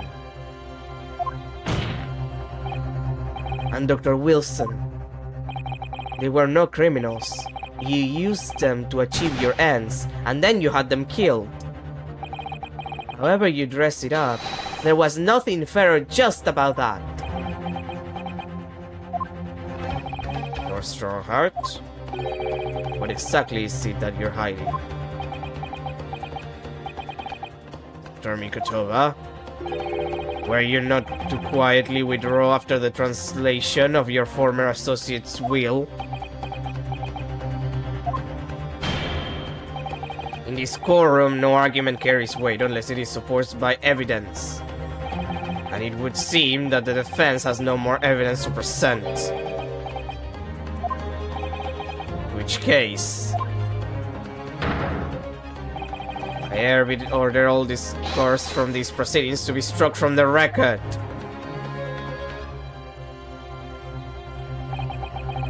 This is my last chance. Mr. Naruhodo, I have to present some decisive evidence now, or it's all over. But yeah, we have the evidence. Let's go, boy! Wait, my lord. As it happens, the defense does have evidence to present. What? Don't be absurd. There's nothing of relevance remaining from the time. Objection! It's high time that you realize something, my lord. This gentleman has an uncanny habit of producing evidence at the final hour that had escaped everyone else's attention. Nonsense. What is it, Renosuke? What do you have? I dare say, the final decisive piece of evidence that will reveal the whole truth about this rotten tale. How can you... Decisive? Well, it would appear there's no escaping it now, my lord. Let it be so then. Present whatever you think you have that can settle this decade-old enigma, if you're capable. What exactly is this evidence that the defense claims to be so decisive? Da-da-da-da-da-da-da-da. Take that!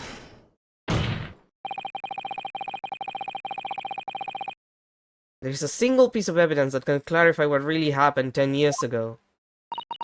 The last will and testament of Lord Clean Van 6. A wonderful astute observation, I'm sure. But in case it had escaped your notice, that document was lost long ago. That's right, it was. Only... I have it right here. Discovered just moments ago.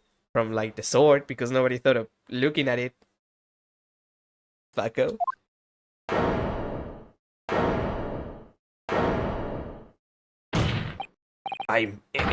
Impossible! That can't be! Everything that's happened comes back to this wheel. This document is the key that will unlock the entire mystery.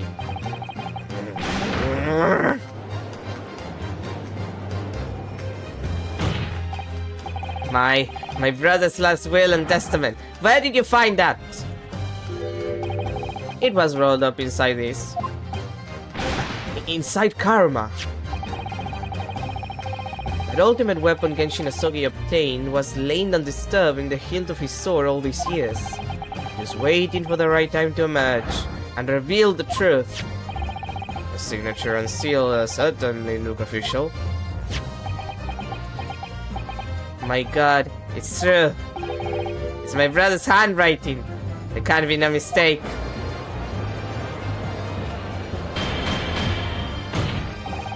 Forbid the contents of the document from being read out. Do you hear me? I strictly forbid it. Objection! You can't do that, my lord. This document could explain everything. This document could literally destroy the meaning of justice in this country. I demand that you hand it to me at once. Why? What are you trying to hide? Why are you so scared? Hey, bro, why are you so scared? Are you scared, bro? Could it be that you already know what's written on this page? What are you implying? Query is adjourned with immediate effect. Clear the courtroom. Objection! Bro, really? This is so not the time for you to do the leg thing. Do that, my lord, and you'll suffer a flight of law as Lord Chief Justice. I beg your pardon. Possibly ending a trial without a good reason. And not any trial, a closed trial by order of Her Majesty the Queen. To defy the monarch's will is treason.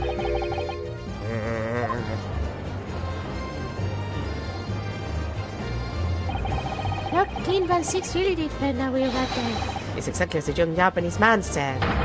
Read it out, now! We have a right to hear what's in that will. A right and a duty. Well, my lord, it would rather appear as though proceedings aren't going to go quite as you hoped. You fools! Go ahead, Renosuke, read it. The prosecution gives its full support. Very well then. No, for God's sake!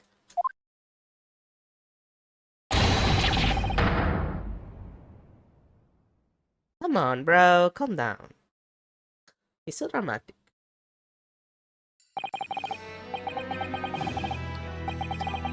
I penned this, my last will and testament, in the final moments before my inevitable unwilling death. The hour is 11 p.m., and I sit at my writing desk in my office. My good friend Asogi stands at my shoulder. He has expressed his intent to invoke the dying ritual of the duel, that I may depart this world with honor. An honor of which I am utterly undeserving. The Japanese are truly merciful people. Yeah, maybe up until the 40s. Let's not go that far.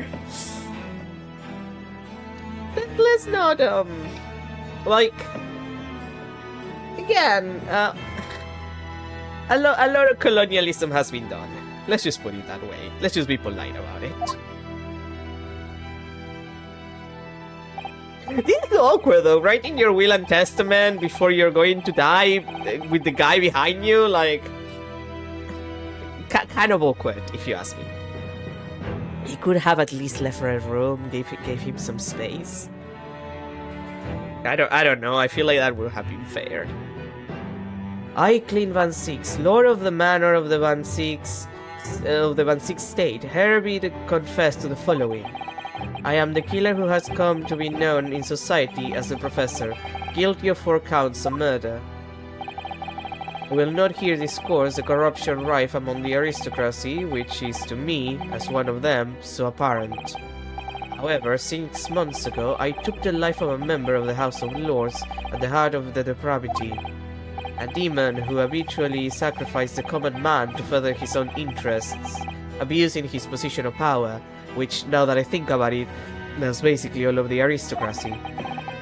The law is impotent against such vile avarice. Only a fellow demon can rid society of this menace. The demon was my quarry, upon whom I willingly set my great hound. Though I am a hunter of some experience, I am a poor felon, it seems.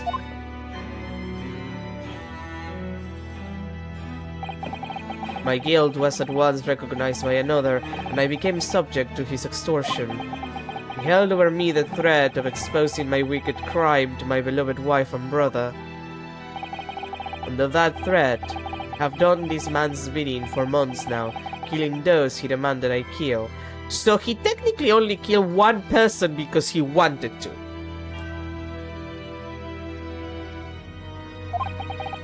As I watched my former mentor perish before my eyes and the jaws of the hound I commanded, I realized that I had lost the last shred of decency within me, and sunk to the level of a wild beast. There is no path back to the light. Be it I or my dear friend Asogi who dies this night, I am eternally damned. To my extortioner, Mel Strongheart, may you feel the jaws of the beast at your throat every time you swallow. I knew this motherfucker did it. I knew he did it. I also am pretty sure that Clint probably lost on purpose, considering everything.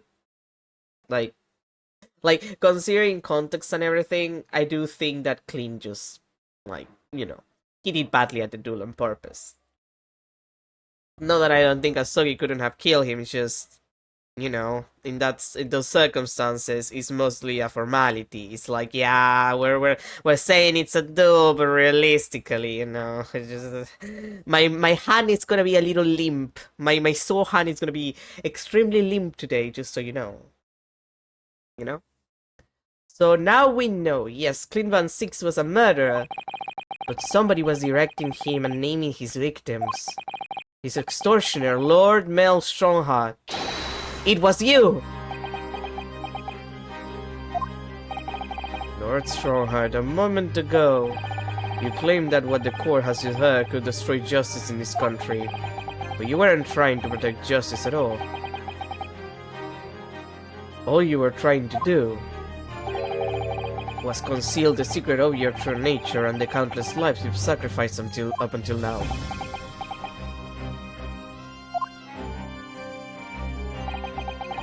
It just didn't make sense to me that the third victim, the former Lord Chief Justice, was my brother's benefactor and a man of lofty principles. As I said, she had no possible reason to kill the man.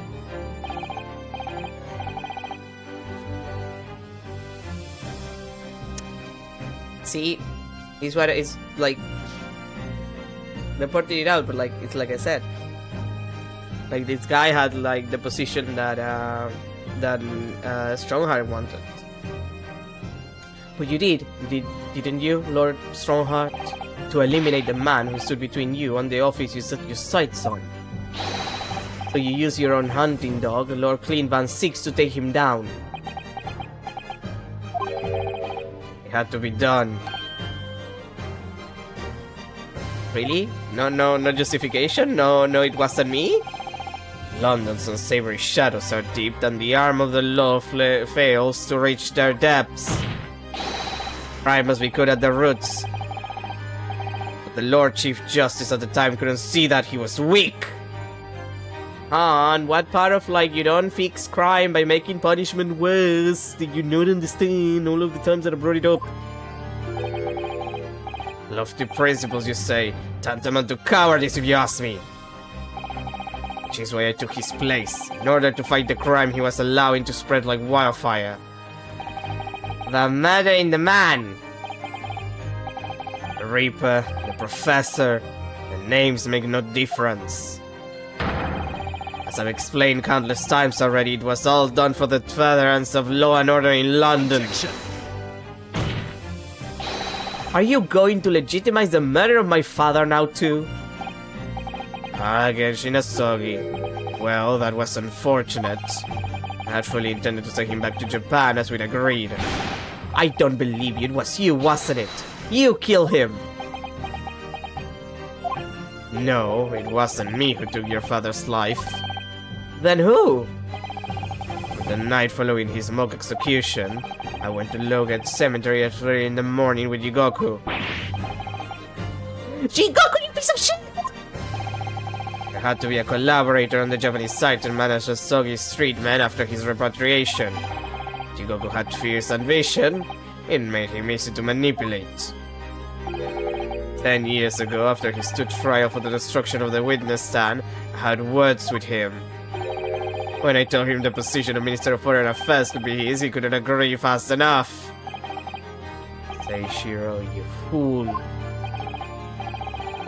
As you know, Asogi escaped the prison in a closet casket and was subsequently interred. I intended to dig him out of his grave before he ran out of air.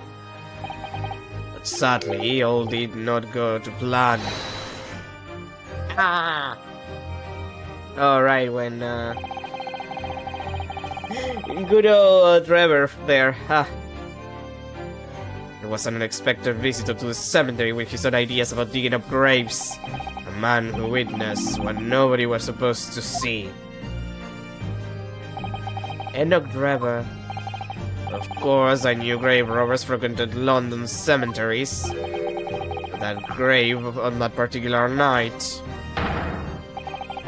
Last thing people find out that the convict wasn't really executed. The scandal will rock the very foundations of the empire. Then what do we do? Shoot him, Mr. Shoot him, Mr. Jigoku. Shoot Asogi at once. Can't leave now that this has happened. He has to go. What are you talking about? We had an agreement. You promised him he could return to Japan. Everything has changed now. If the truth got out because of this, both of us would be finished forever. Come on, Jigoku, do it. Pull the trigger.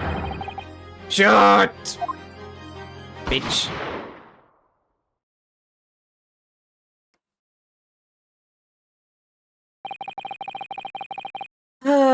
Fucking Jigoku. You know, when I call him the obviously evil judge, because A, he's obviously evil, and B, he has a name, and obviously if you're a judge and you have a name, you're obviously evil. I can't believe that it was like that. That was me hitting my water bottle on the desk. If the mic caught that. I wasn't expecting, like, I knew that, like, he was probably gonna end up killing someone. I was, like, the Gregson thing made sense. I was not expecting Asogi. I was expecting somebody else. I don't know why, but, that surprised me. Jigoku showed Asogi from the shadows. The grave robber was so close the blood sprayed over his coat. He fled as fast as his legs would carry him. Then Jigoku and I put Asogi's body back in the grave from which he had just emerged. When I later learned of the Waxworks modeler's presence at the scene as well, I made her swear to two things. Never to remove the professor's mask, never to speak of the events of that night. And with that, the secret was buried along with Asogi's corpse. So, now you know what really happened in Logate Cemetery that night. Bro. I hope Judge Jigoku is in so much trouble. Everyone's honest reaction to that, I guess. It was Jigoku, your Japanese acquaintance, who killed Asogi in the end, you see. He claimed to be the man's friend, but when push came to shove, he pulled the trigger. Okay, but like, you're still the guy who told him to do it. Like, I don't know how to tell you this, but you're like the, How do they say it in English? Like, when you're the person in charge of, like, the management of the plan. Like, you're the one who creates a plan, but not the one who does the thing. I always forget. Material author is the one who does it, so I don't remember the other one.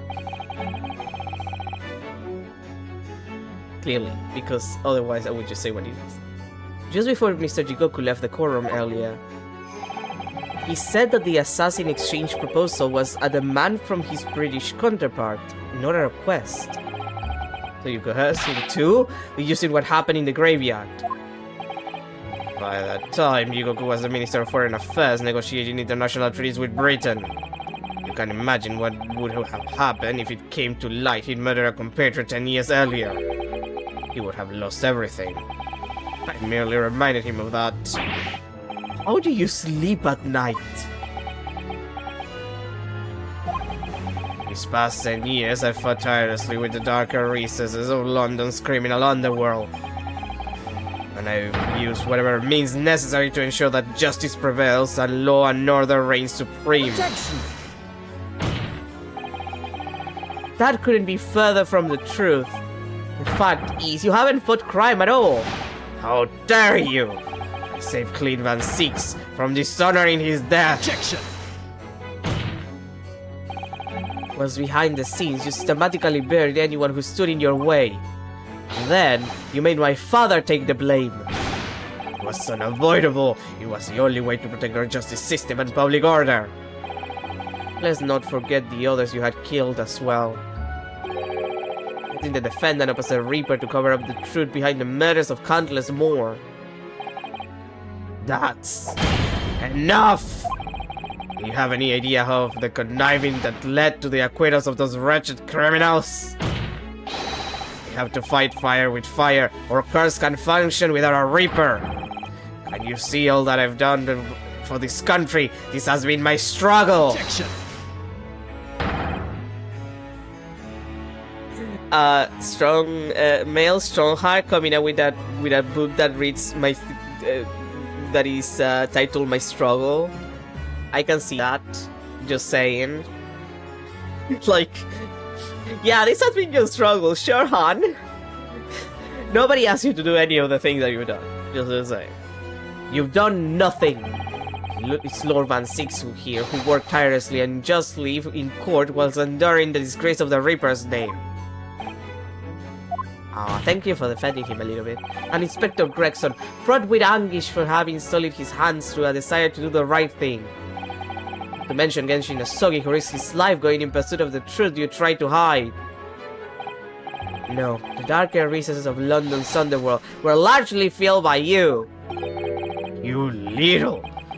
Will you get it through your thick skulls? That it was all for Queen and country? I'm tired of that excuse. You've consistently twisted the truth for bargaining power to make others do your bidding. Nothing more. People who willingly twist the truth and coerce others have no right to call themselves part of the judiciary. I strongly suggest you don't ever talk of justice again.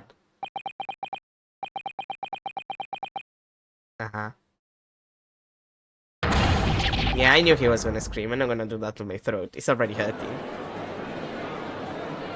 Like, my throat is not doing well today, so I'm not gonna do more than is necessary.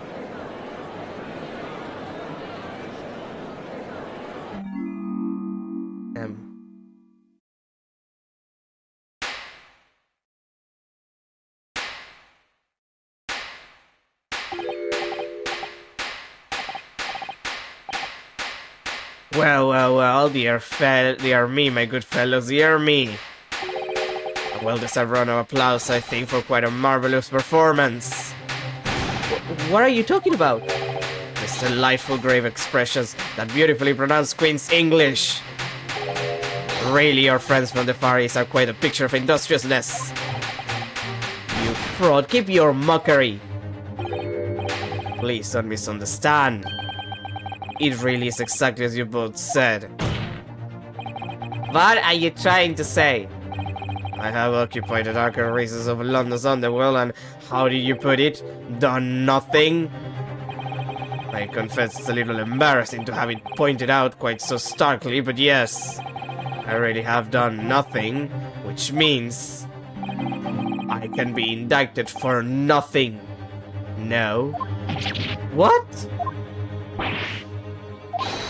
It's true. Personally, I have committed no crime. I've merely been surrounded by fools who acted very rashly indeed. Objection!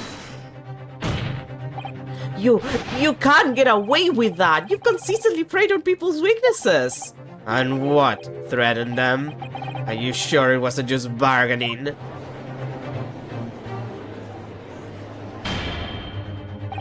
I would like to address all the good lords, ladies, and gentlemen of the judiciary here present.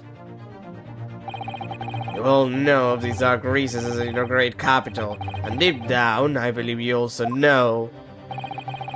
To fight those who dwell there requires at least some of us to occupy the darkness ourselves. So let me appeal to your good sense now. Consider the situation with me. If this catalog of horrifying revelations were to become common knowledge among the 6 million inhabitants of London, what might happen?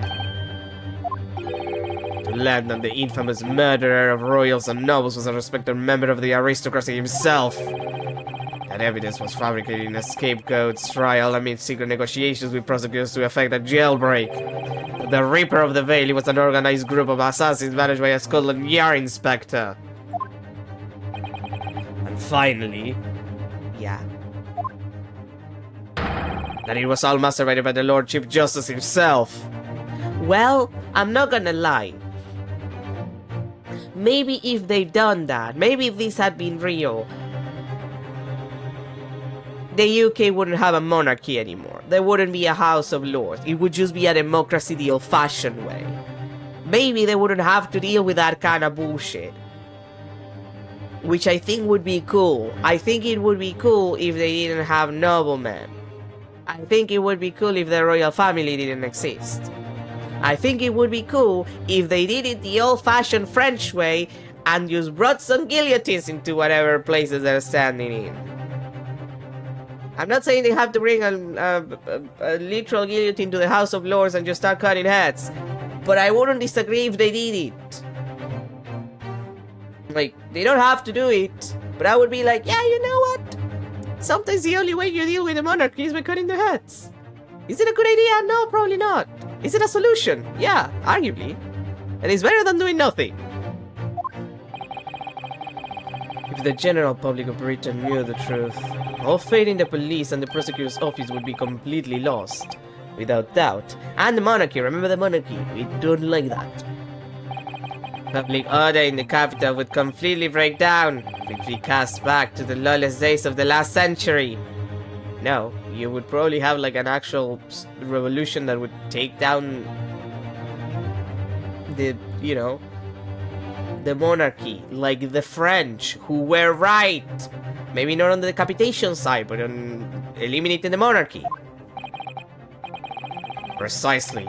As it was 100 years ago when 1 in 10 of the population were criminals. And what we've accomplished is then a public police informs a comprehensive set of laws. And if we want to continue to protect this new era of law and order, I say again, we must at times occupy the darkness ourselves. No, you don't. You just have to redistribute the wealth and make sure that people have comfortable lives. Which is perfectly possible, you colonialist fuck. We have successfully identified and apprehended the man responsible for taking Inspector Gregson's life. It's all that was expected of this trial. Now these other matters that have been discussed will be eliminated from the minutes of these proceedings, in the interests of preserving law and order, and to protect Her Majesty the Queen, of course. Well, my lords and ladies and gentlemen, what say you? I think this is fucking bullshit. He has a point. No, he doesn't. I think Nostromo has done quite unforgivable. But on the other hand, isn't it our duty to maintain law and order in the capital? You can't deny that the threat of the Reaper over the years has done wonders for the crime rate. Bro. And by fair means or foul, that's all thanks to Lord Strongheart. Why are all you British so fascist? Are you hearing this? This is the will of the British judiciary?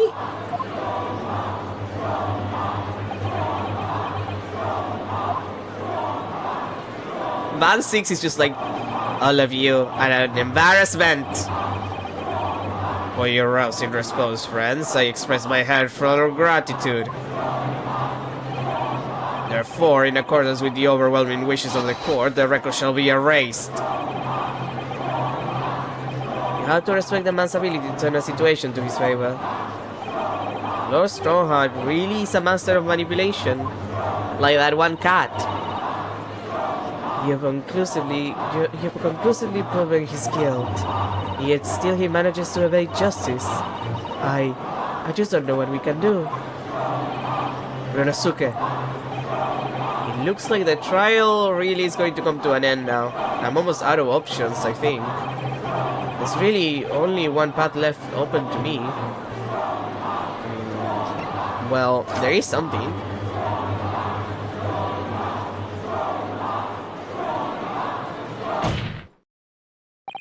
Yes, as I know only too well, the only thing that carries any weight in court is hard evidence.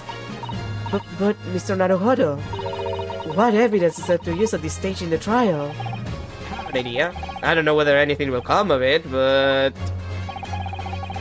if there was ever a time for using this particular item we have among the evidence, it's now. Ah, yes, that means only one thing. Take that! Oh my, yes, Mr. Sholmes asked if you asked if you had that with you earlier. We've exposed all of Lord Strongheart's wrongdoing now. I've no doubt that Mr. Sholmes had already deduced exactly how the truth would unfurl.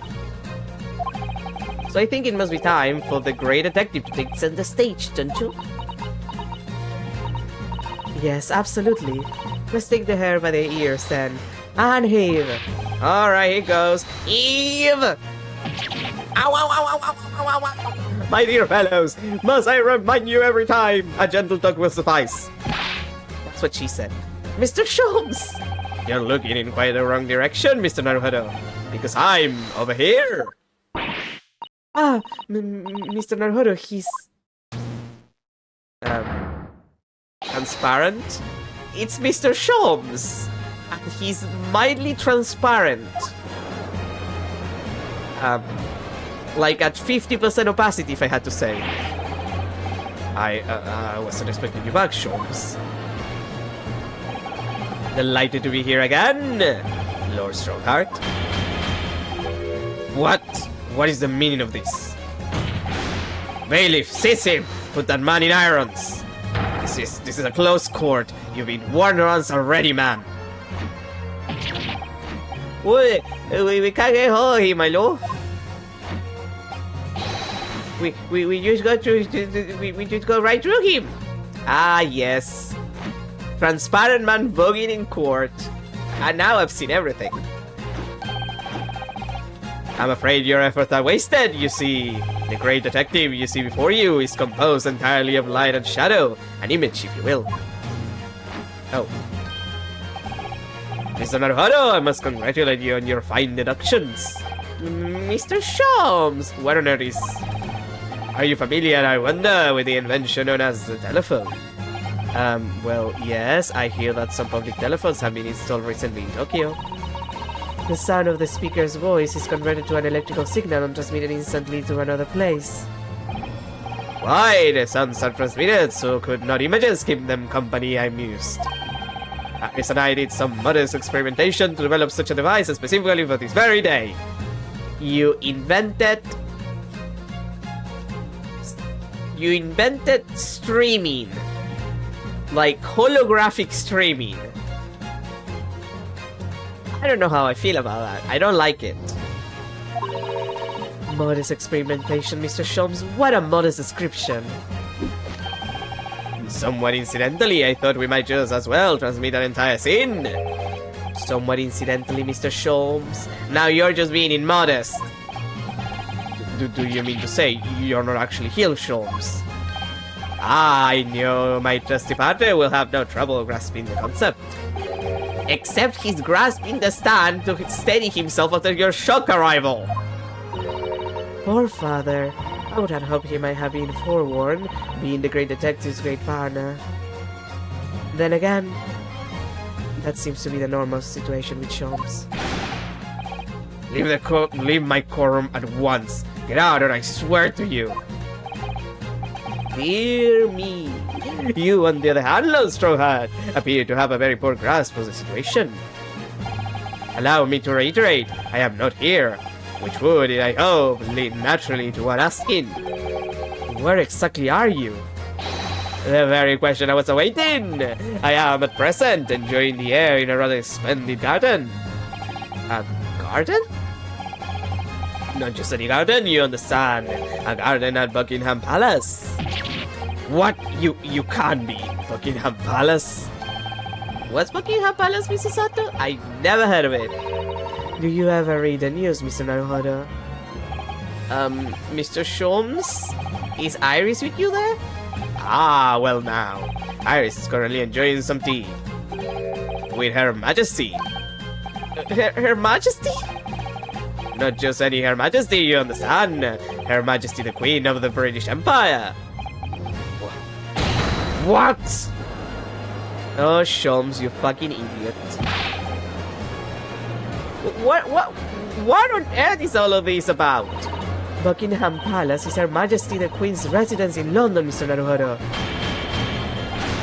Order in court and demand immediate silence. Her Majesty the Queen, you can't be. I mean, no. This is some sort of unforgivably distasteful trickery by a third-rate detective, that's all. Unforgivable distasteful trickery. What an apt description! A closed court session attended by elite members of the judiciary is a rare event. I presume that Her Majesty would be more than a little curious about the proceedings. So I decided to show her everything from start to finish. Huh? You showed her? Indeed.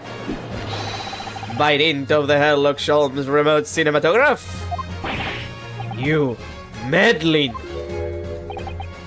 This is some kind of nightmare. Just as I appear to be standing before you, regaling you with talk of my latest invention. But now you've inferred that the reverse is also true. You don't mean... Her Majesty has seen and heard every moment of the proceedings. I assume there will be no objection, after all. Every trial in this country is conducted under the auspices of Her Majesty, as you know. You... God fucking Sholmes. I confess I am quite impatient to hear Her Majesty's opinion about the unforgivably distasteful trickery in which you've been engaged over the past 10 years. No, I was merely... Oh, I'm so sorry to keep you all waiting because I had so much to talk about. Iris, there you are. In fact, I have a little message here from Her Majesty. I can't believe that she called Queen Victoria Vicky. That's just... Okay, Iris. Okay, honey. A message. Well then, if everyone is sitting comfortably, forthwith and with immediate effect, all authority previously afforded to Mel Strongheart is here be revoked forevermore. Furthermore, he will be prosecuted for crimes against his country in a public trial by jury in the coming days. So, it seems that Her Majesty doesn't believe we need to fight fire with fire. Justice in this country needn't be administered from the shadows at all. Mel Strongheart, the darkness you fostered to conceal your despicable actions these last 10 years is a thing of the past now. After today, your brand of law and order has no future, because no longer are you the Lord Chief Justice. Yeah, now when, like, the police and shit commit crimes, they're just gonna get away with it, like the old-fashioned way. Like, it's not because they're trying to do, like, vigilante justice, it's just because they do crimes themselves. It's just because they're bad people. In the eyes of the law and of Her Majesty the Queen, you are nothing but a criminal.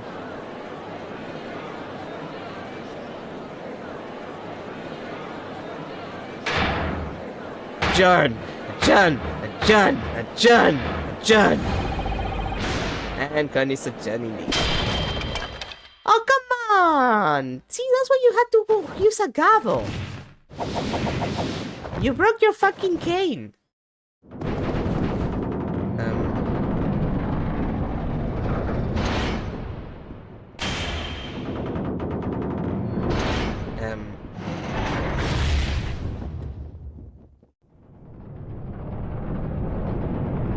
You know, I insisted in the first game that this was like a fire hazard. And I was right. Like, I was expecting that to happen at some point. Makes sense. Shouldn't have kept that on the fucking courthouse. That's how you burn a building. He's even burn up. Oh boy. Oh boy, he looks bad too. Lord Clean Van Six left a will in which he confessed to everything. When those words came out of Asogi's mouth, it deranged me completely. I knew I must do something and everything in my power to contain the situation. But I couldn't find the damn document. I searched his cell, but it wasn't there. Which precipitated the jailbreak plot, I presume. What do you mean? The need to obtain that will was all-consuming. I was sure that if I facilitated Asogi's escape, he would match with the will somewhere on his person. But despite searching his limp body in the cemetery that night, it still eluded me. It never even crossed my mind that he was concealing the sword's hilt. Yeah, and that was your first mistake. Just, you know, should have checked all of his belongings correctly, boy. But face me now, is that my brother left his well without a word to me. I'm sorry, Lord Van Six. In point of fact, I think perhaps that isn't the case. Sorry? How can that be? There is more to his last will and testament. What? Actually, now that I think about it, can I check his will and testament now and will it? No, it doesn't let me examine it. God damn it!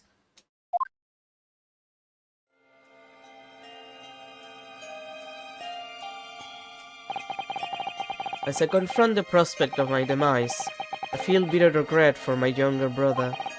Barak, you have always looked up to me, and now you follow in my footsteps to become a prosecutor. It is my fervent wish that my unspeakable deeds should not hinder your advancement. I ask not for understanding, for none could understand my depravity. I ask only for forgiveness. You know, I find that kind of backwards. Like, I feel like it's much easier to say I don't ask for forgiveness because what I did is unforgivable. But I ask to be understood that my motives came from like what I assumed is a place of good. At least, you know, until the strong heart thing happened. But that's just me, I guess. Like, understanding doesn't mean forgiveness, but sometimes it is better than nothing. Asogi is a fine detective and a hunter worthy of respect. He has agreed to honor my final two wishes. The first is that this document survives. The second, I cannot commit to paper. I have confessed my sins to my wife. May she find resolution in my death. With my eternal gratitude to my Japanese friend, arrest my quill. Wait, he told his wife he did? And she didn't do anything? Clint Van Six.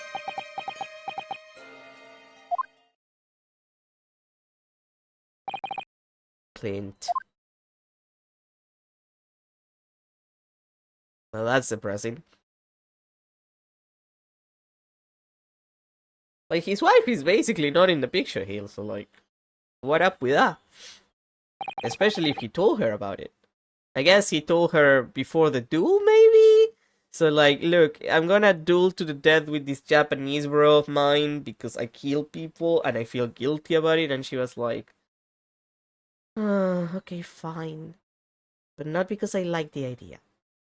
Or maybe she was horrified. It's like, well, okay, then just get out of my hair then. Mel Strongheart, you colluded with Seishiro Jigoku in a criminal plot so immense it spanned the oceans. And you cold-heartedly murdered all those who knew the truth about what happened 10 years ago. But why did you say about that now, a whole decade later? Yeah, like, why did you have to kill Wilson and Gregson? To ascend to the very peak. What?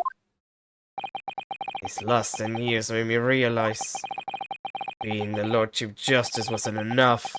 Sure, becoming Her Majesty's Attorney General.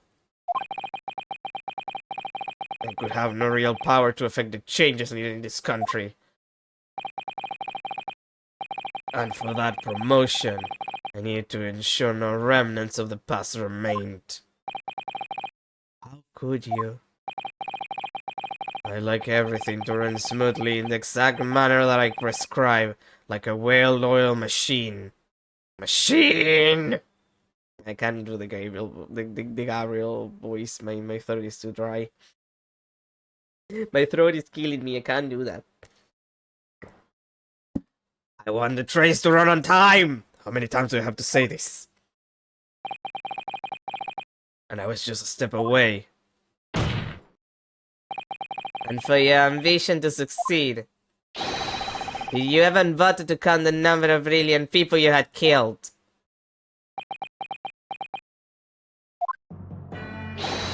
Ah, Mr. Ripper, are you not forgetting something?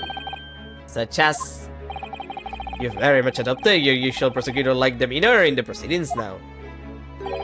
But the reality of the situation is that you are the defendant in this trial. Ah. However, the presiding judge would appear to have fallen from the bench, as it were. May I suggest, therefore, that we entrust the final adjudication to an old friend? My lord, as a member of the judiciary, I have been following the proceedings from the gallery. And I must say, I shall never forget the extraordinary battle between good and evil that I witnessed here today.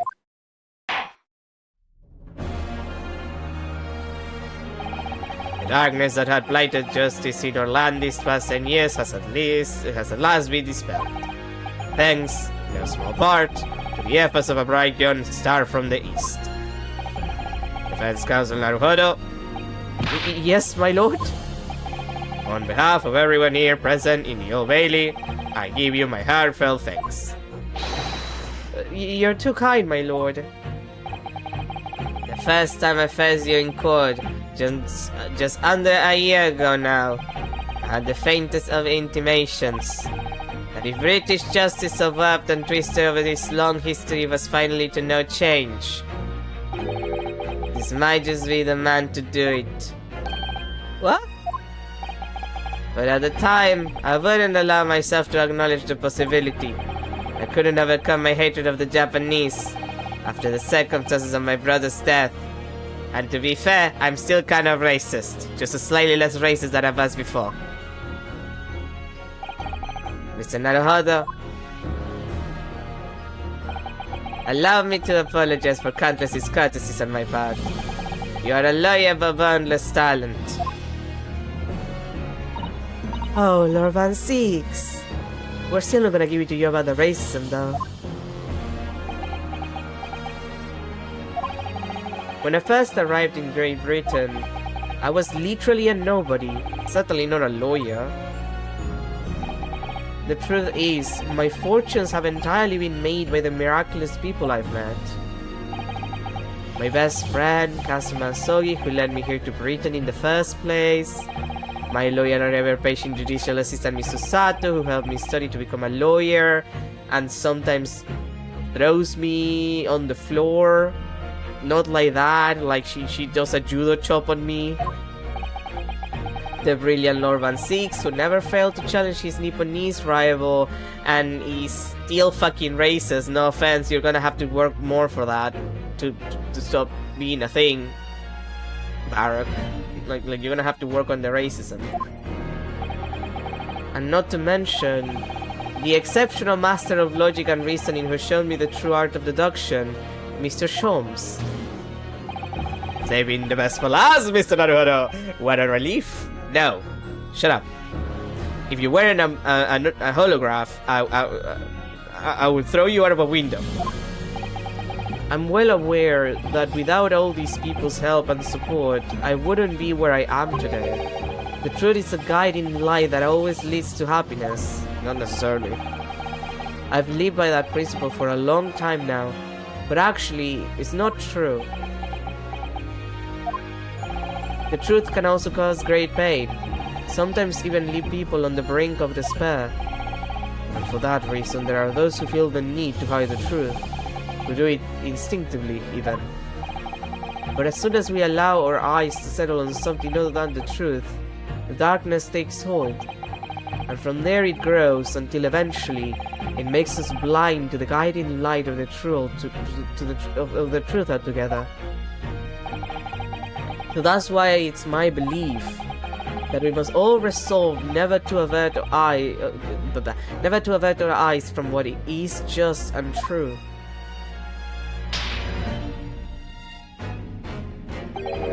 So that we can continue to walk the straight and narrow path ahead.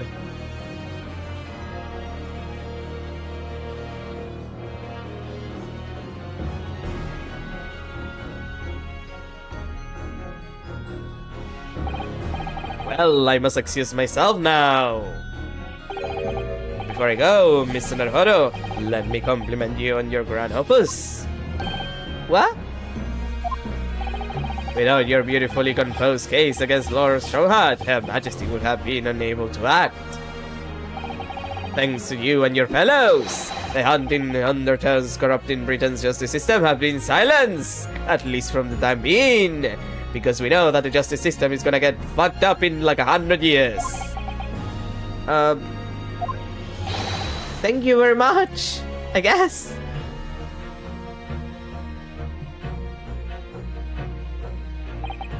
So, until our paths cross again somewhere. Stop doing that. Well then, it would appear that this long trial has finally come to an end. My apologies for any anxiety caused, my lord. I'm quite sure we shall meet again here in the courtroom before long, Prosecutor Baron Van Six. In conclusion of these proceedings, I hereby declare the defendant, Baron Van Six.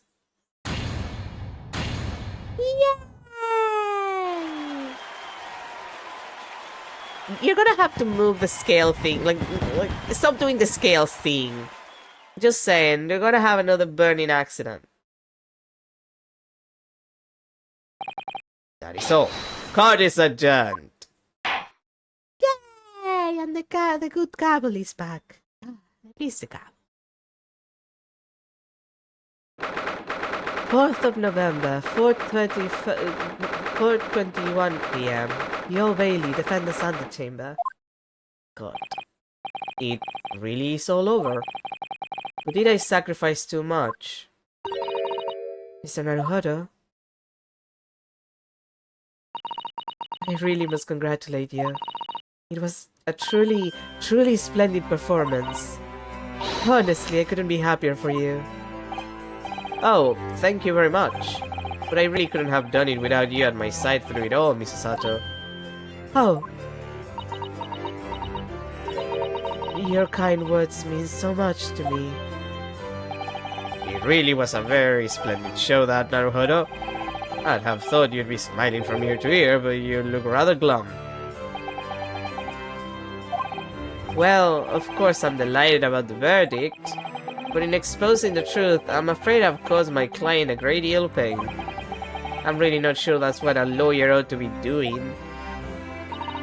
Oh well, in that case, I'm quite sure that when you see Lord Van Six's smiling face, everything will seem much better. Immediately, the lack of a smile. Sorry, that's just so good. It's like, you're gonna see his smiling face. Man with no smiles at all to give. Misusato? Everything seems worse. He has a face like thunder. Oh dear, I really shouldn't have presumed. Mr. Naruhodo? Oh, yes. Almost a year's been now since I first encountered you here in this very courthouse. But you have to have reason to the level of excellence you demonstrated today. Well, it's quite remarkable. But I exposed the most unpalatable truth you could ever have imagined in court today. I feel as though I robbed you of something you held so dear. What was it he said? To fight those who dwell in darkness requires at least some of us to occupy the darkness ourselves. But that was just the feeble excuse of a coward. Only those with a steadfast eye for the truth have what it takes to fight the dark forces of crime. You made fine work of establishing the fact in court today. Oh. Well, thank you. Magnanimous words. I'm quite sure that Kazuma-sama would have a smile on his face at this very moment if he were here. Kazuma. No silence either! Oh, I love that. I'm sure he's gonna have a smile on his face. None! Susato, please stop. Please stop. I love you. Please stop. Misusato. There's another face like thunder here. Oh my, and he really was here. Lord Van 6. Allow me to congratulate you on your acquittal. Congratulate me, or curse me. You failed to bring down the Reaper. I owe you an apology. No, it is I who should apologize. Your father Genshin, if I had been stronger then perhaps. I made an unforgivable error of judgment, and I can offer no excuse. And I can offer no forgiveness. That said, I suppose you fought for justice and the truth. For that, at least, I can't withhold respect. This is the most awkward conversation ever. Your words mean more to me than you could know. I will hold them dear. Kazuma-sama. I must say, there's one thing that's still bothering me. What's that? The will that Lord Clint Van Six wrote before his duel with my father. What about it?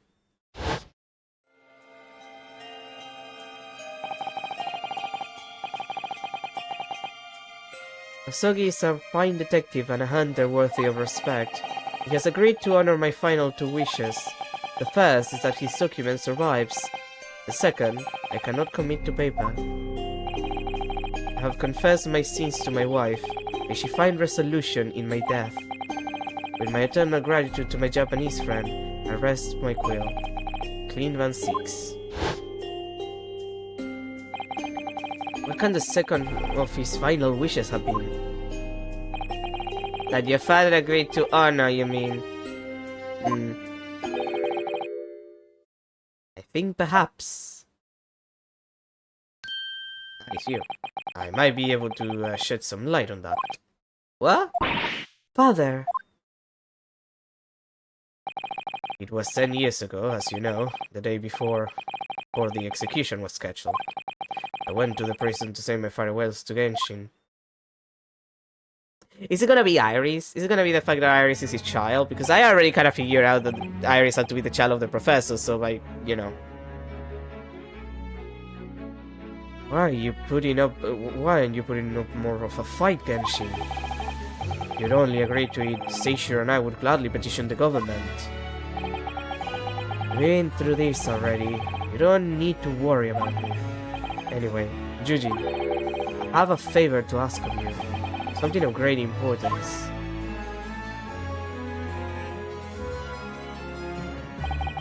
You're one of my greatest friends, Genshin. Whatever it is, consider it done.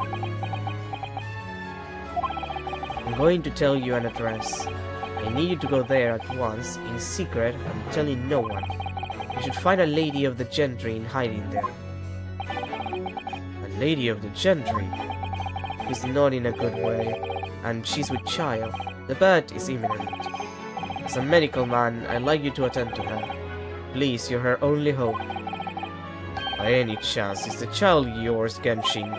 Don't be daft. It's a favor that I was asked of by a man I knew, as his dying wish.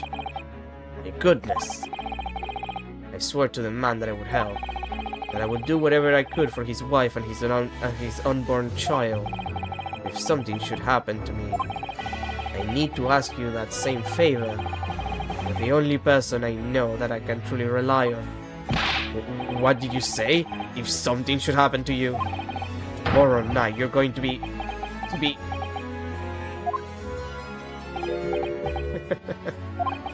You never know, though, do you? What life will bring. Alright then, tell me the address. I'll head there at once with Seishiron. No, not with him. Arden. This is a favor I'm asking of you. And only you, Juji. So he probably knew that Strongheart had him on his entourage, let's say.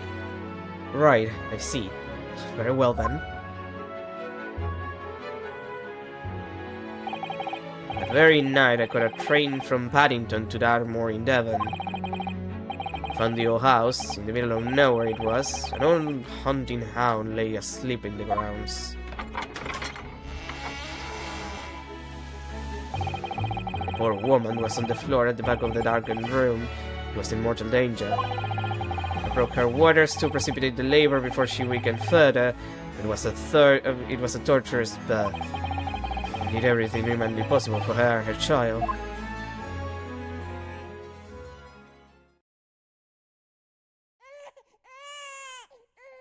Baby. And in the end, I was lucky enough to welcome a new life into the world. But tragically,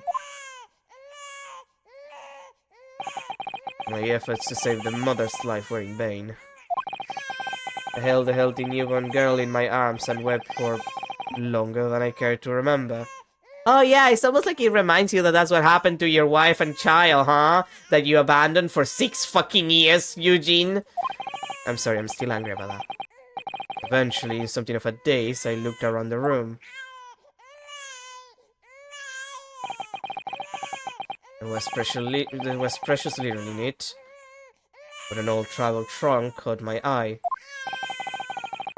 It had clearly been well looked after. It had clearly been well looked after over the years, made of top-quality leather with fine stitching. But it was when I saw the emblem on the side of it that everything dropped into place.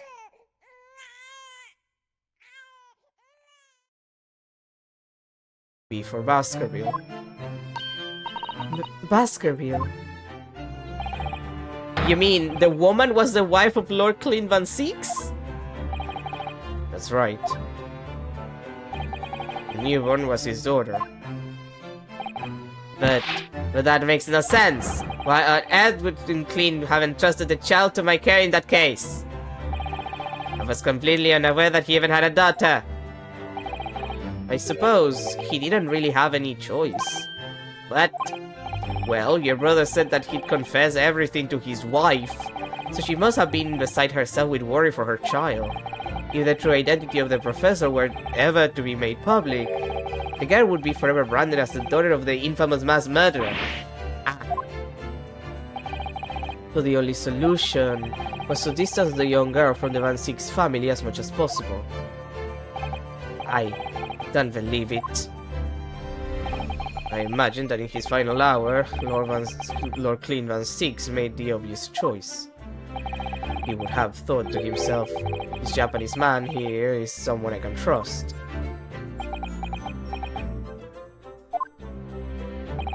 I honor my promise to Genshin, of course.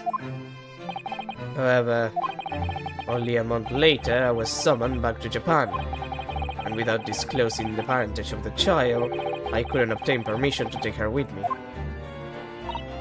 Oh, how awful. I was completely at a loss. In the end, I had to ask my great friend. I asked him if he would be a father to her.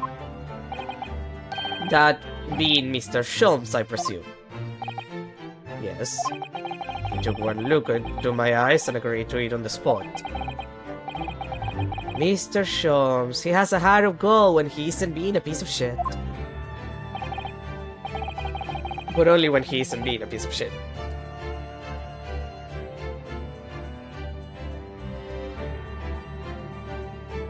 God, my throat is dying. God. Like I'm hydrated, but like I can feel it like trembling on the inside. You know what I mean? Really, all it can be said that I did for the child was to give her a name. Oh, When I'd come to Britain, I was trying to escape from the grief of losing my darling wife. So it was her name that I gave the little girl. your wife's name, Professor Mikotoba? In other words, The name of my mother.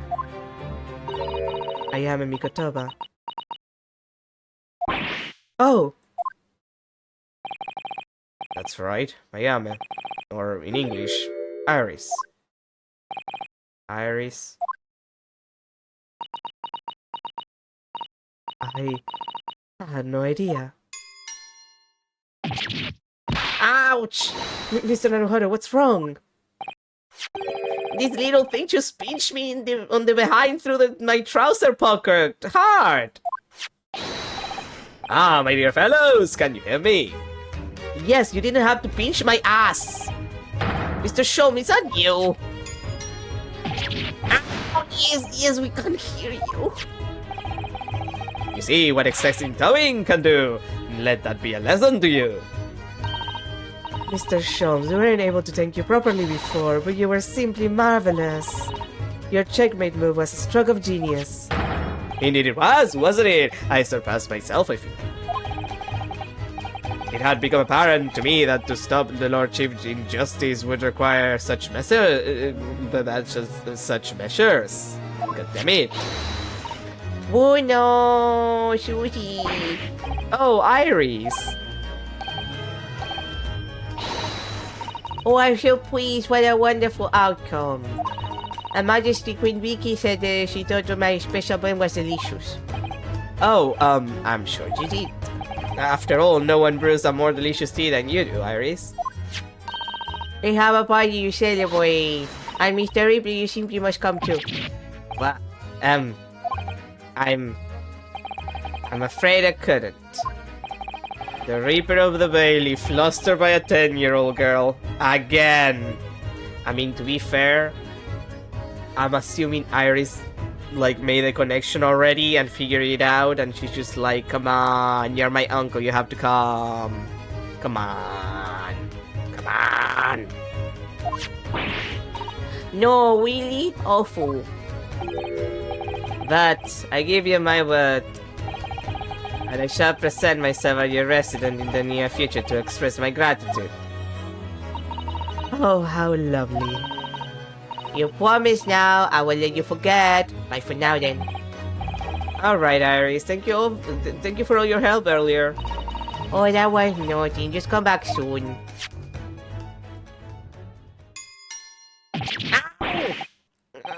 One final pitch goodbye, was it?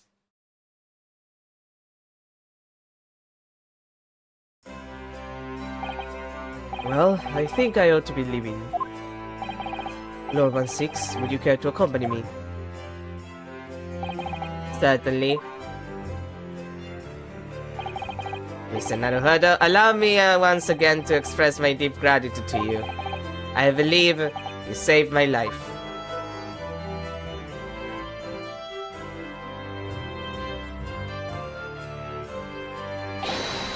Wait, Lord Van Six! Yes. What are you intending to do now? Well, clearly I shall have to resign from the prosecutor's office. Oh no. I intend to publicize the full truth about the professor's case. Once that's done, the Van Six family will be ostracized completely from London society. Surely not. So as soon as I am free from my employment, I shall leave the capital. Maybe to Transylvania. I know that we have family there. Oh, I see. Don't be a fool. Those actions of a man once feared as the mighty Reaper of the Bailey. I beg your pardon. For the past 10 years, you've endured the pseudonym and been cast as one of the dark forces yourself. Now that you're finally being freed from that disrepute, your battle is just beginning, surely. Well, I certainly never expected to hear those words from your lips. I waited a very long time to come to London. Now I'm properly here, I intend to learn all that I can. Anyway, goodbye for now, Ryunosuke Naruhodo. Kazuma Sogi. It seems as though he's really matured suddenly. He's not the only one who's matured, Mr. Naruhodo. Hmm? Well, I think we should make our way back to Baker Street. We must have Iris with tonight's dinner. We must! I need my dinner.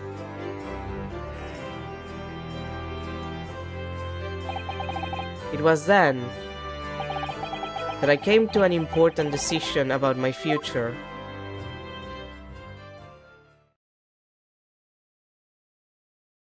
Ooh, we're getting a pheasant again.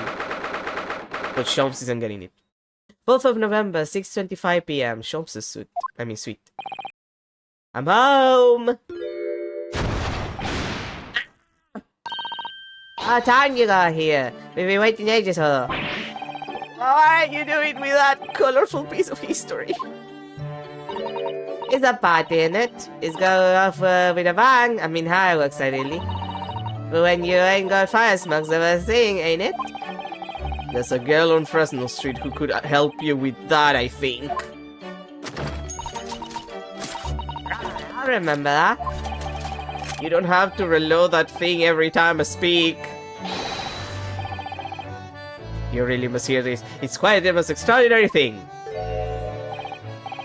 I assure you, it will define your expectations. Take down every detail now, Victoria.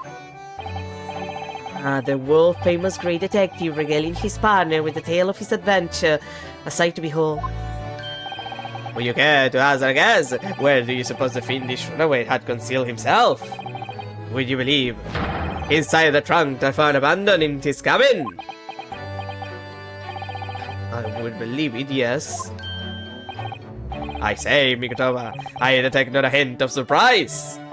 I wonder why that is. Maybe because I was there at the scene as well, Sholmes. What? You were? Then why the deuce didn't you say so before? Not quite the sight I was expecting to behold, but still. Well, I guess he does have the ADHD memory issues, this man. It's hard not to feel privileged to see it. Hello, Mr. Sholmes, Professor Mikotoba, I'm finally back from the Bailey. And not a moment soon. A feast prepared by Iris and Mrs. Sato awaits. I must say I haven't seen Susato looking so happy in a very long time. Yeah, and whose fault is it, you piece of shit? Oh, no, there you are. Dinner is on the table, everyone. Please do come and take a seat. Time to fill me boots.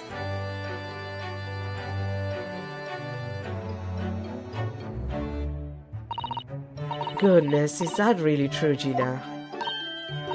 I'm losing me copper scrubbers and going back to what I know best. It's a lavish laugh for me.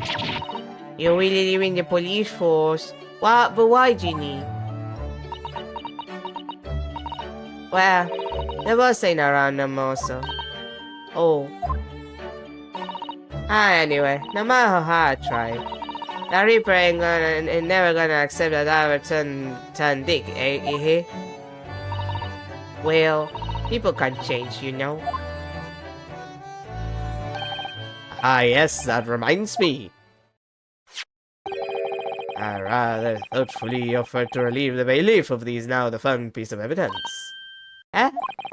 It's the inspector's pocket watch, and the crown then has been reattached. That watch was his pride and joy, a symbol of his great achievements at Scotland Yard.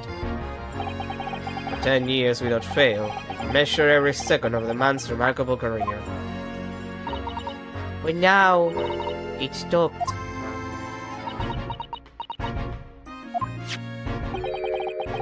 Someone needs to keep the memory of Inspector Gregson's career alive by taking on the great responsibility of winding that watch every single day again. Yes, someone with an equally fierce detective spirit.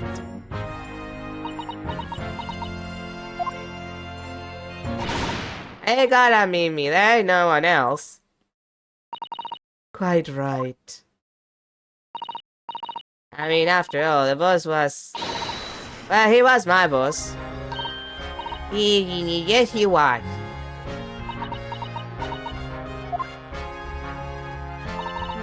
Oh yeah, and I made you a promise and all, didn't I, Iris? That I'd become a proper detective and then track down your old man. Oh! Alright, I decided I'll do it. And I swear, I'll find your dad and bring him in kicking and screaming. I'm not entirely sure that would be appropriate. Yeah, that you wouldn't need to unearth a corpse. Wait, what did Renosuke say? I didn't. Yes, I think Gina, I mean, it might be best to, well, I think I'd like you to forget that promise. Eh? Iris? Well, obviously I've always wondered about who my real dad is. Of course I have. I wanted to know where I've come from. I thought you might tell me something about myself. But I've got such a trouble trying to find out for so many people. And now that I know, he's like a serial killer sheet. Ellie, Uno, Professor Mikey. Oh no, not at all, my dear. Really, you owe no apology to anyone. Well, anyway, I've decided to keep up on it. Because I finally realized my daddy is the greatest in the world. I don't think it matters what his name is or where he's from. Don't you agree? Ellie? Aww. Every word, Iris. Thank you, Ellie. Thank you, Daddy. Ah! The fifis. I think, Mikotova. Yes, Sholmes? I think that I ought to express my gratitude to you. Oh. For 6 years, you and I solved many a mystery together. And during that time, I remember countless expressions of gratitude from our good services. But a moment ago, I had the most pleasing expression of gratitude of them all. And I should never have experienced it. Were it not for you. You're all softy shows. But I must confess, it's a weight of my shoulder. It's a weight of my mind to hear you say it. Well then, I think this calls for a lengthy violin recital, wouldn't you say? Oh, well, the food will go cold, that's the only problem. Maybe next week, honey.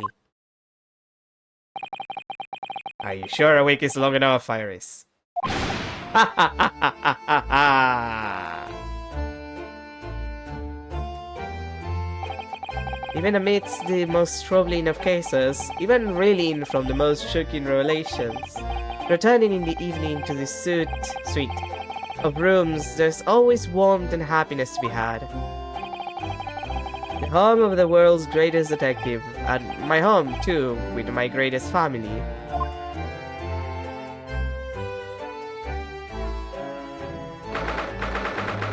Fourth of November, 9:37 p.m. Naruhodo's legal consultancy.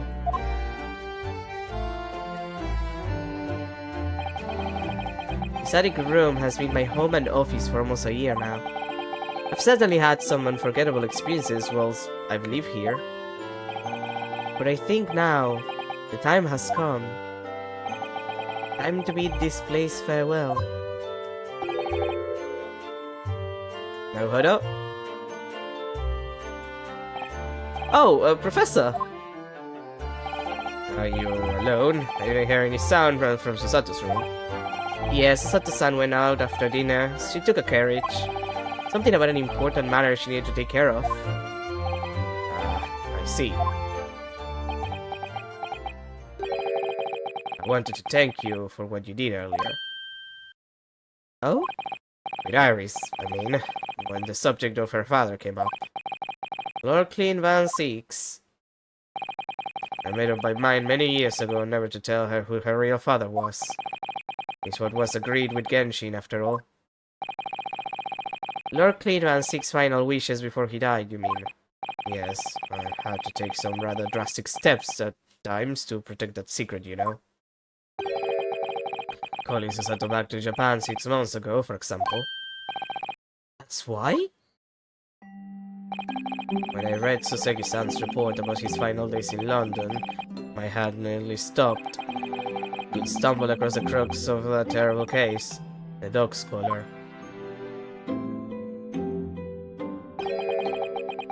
The description of the Baskerville insignia left me in no doubt.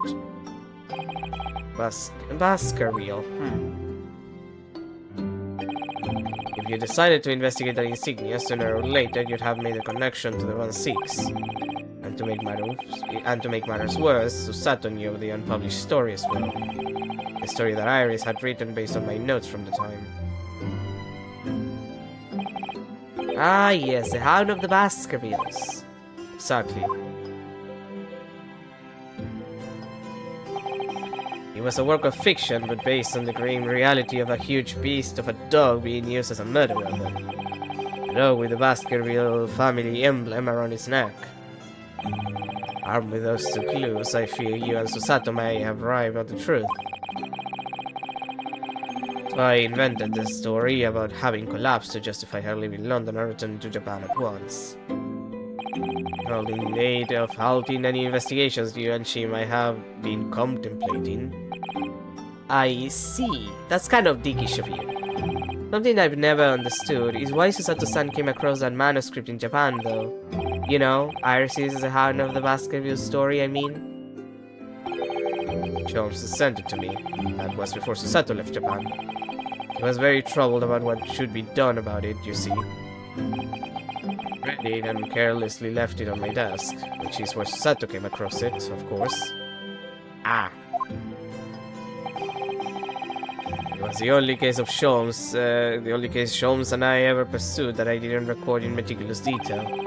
I was stunned when I discovered that young Iris had pieced together so much of it from my paltry notes. Sholmes and I discussed the matter and decided that we couldn't allow the story's publication. At that point, I returned the manuscript by post to Sholmes for safekeeping. So you did all that to stop Iris from finding out the truth about her father? That's right, because Sholmes had told me how astute she'd become. However, having witnessed events in court today, I must say my opinion has somewhat shifted. Oh? I think at some point in the future, the time will come for Iris to know the truth. And when it does, well, I believe it will be for the best. I think so too. Actually, Professor, I wanted to talk to you about something too. Judging from that expression, I'd say you come to a decision, have you? Yes, I have. I will be returning with you to Japan. Are you quite sure? I'm really only here as a substitute for Kazuma. But he's here in Britain now, as originally intended. Locum student Naruhodo doesn't really have a right to say, I think. Squire. I see. Looking back now, when I first arrived here in February,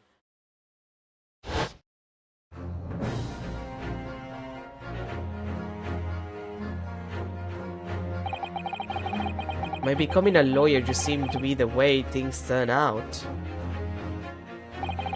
With Kazuma, Susato-san, and Mr. Sholmes all gently pushing me in that direction.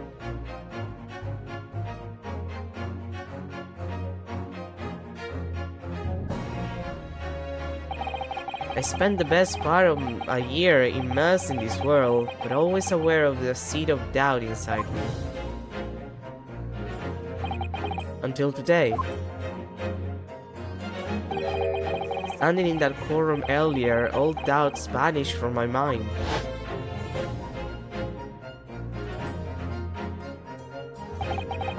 I was totally focused. I was sure of my belief in my client, and I was sure I could see the trial through. And at the end of it, I finally realized no one else chose this path for me. I chose it myself.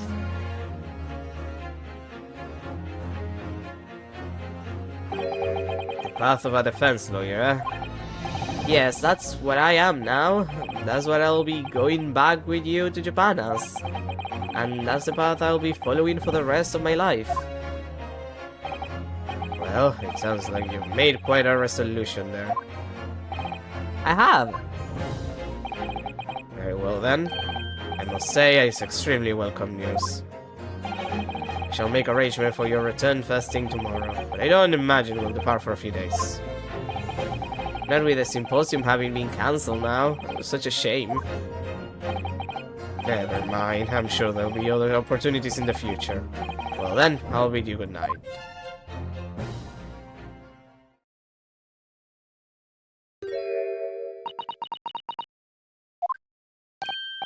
This is Sato-san! Hi! I just wanted to let you know I'm back. Oopsie. Did you, listen to the entire conversation that I had with your dad? Hear what your father and I were discussing? I'm sorry, I did, yes. I, couldn't help it. Oh! How much did you hear? Well, from the part about Iris' real father, I think. In other words, from the beginning. So you've made up your mind. You'll return to Japan and continue working as a defense lawyer.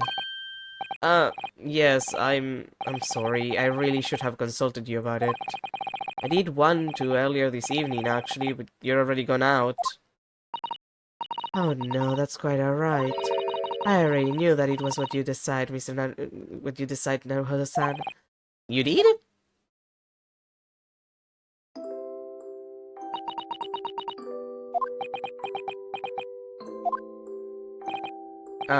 Susato-san? Ah, yes. I suppose this means it has to be a farewell soon. I suppose. You'll be a great help to Kazuma going forward.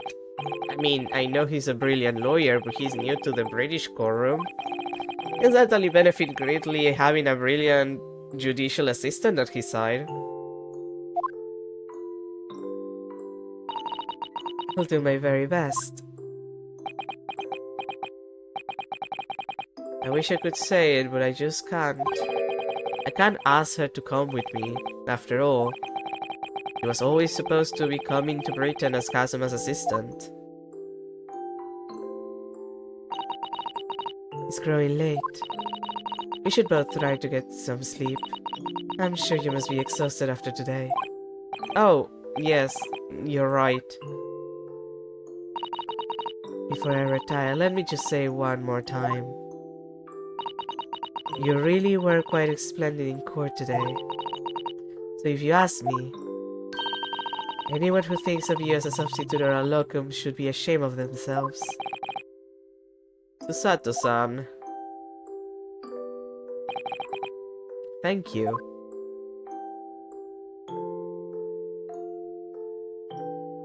Man.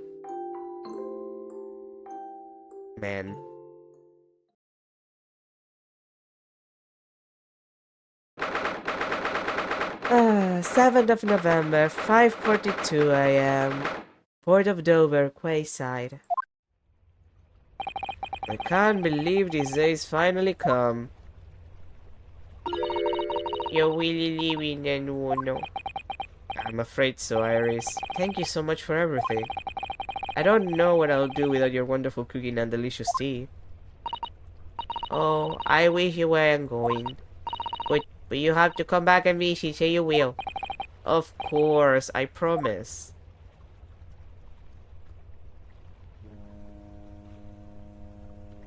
Oh, it was a very brief reunion, but it was a pleasure to pursue a case with you again after so long. For a while at least, it felt like old times. Yes, I suppose on reflection, there's something to be said for it. Having a little fun once in a while. Just get gay married, you pieces of shit!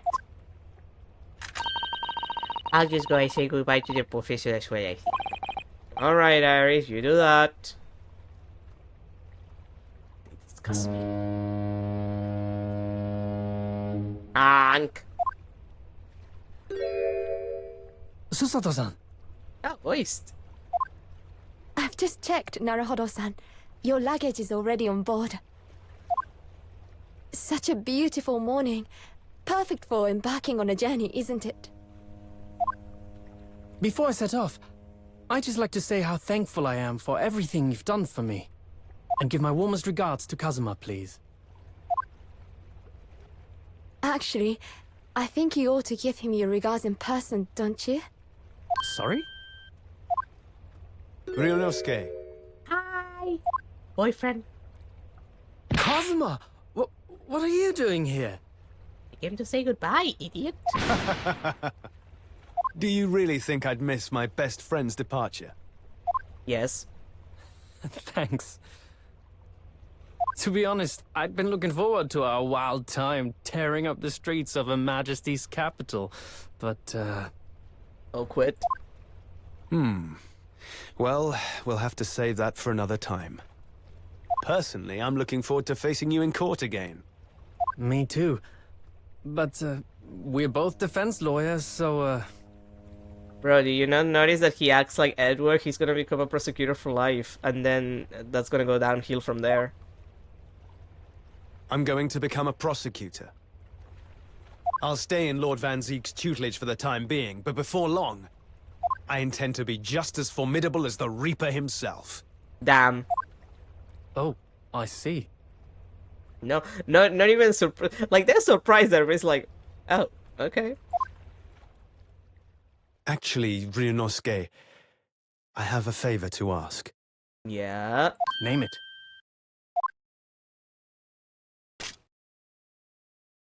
I'd like you to take care of this for me for a while. Bro? Karuma? Why? Yeah. Why do you want me to grab your sword? And not the other way. Not in the, you know, way. Not in the wing, not nudge way. Because I've seen it now. I've seen what's inside me. The demon that reared its ugly head that day.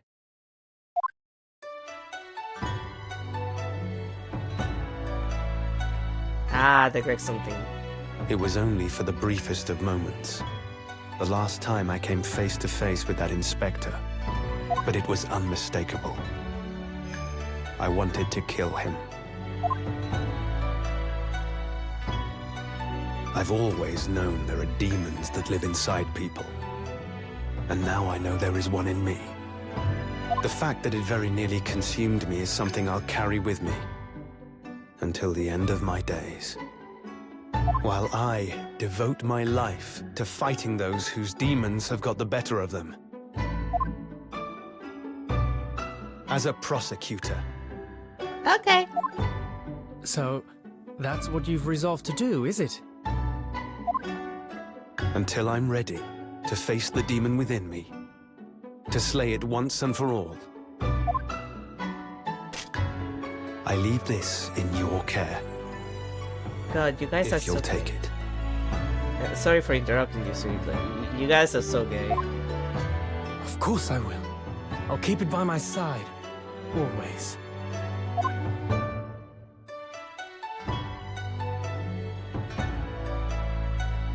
Until we meet again, then.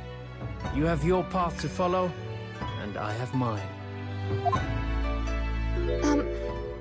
Naruhodo-san?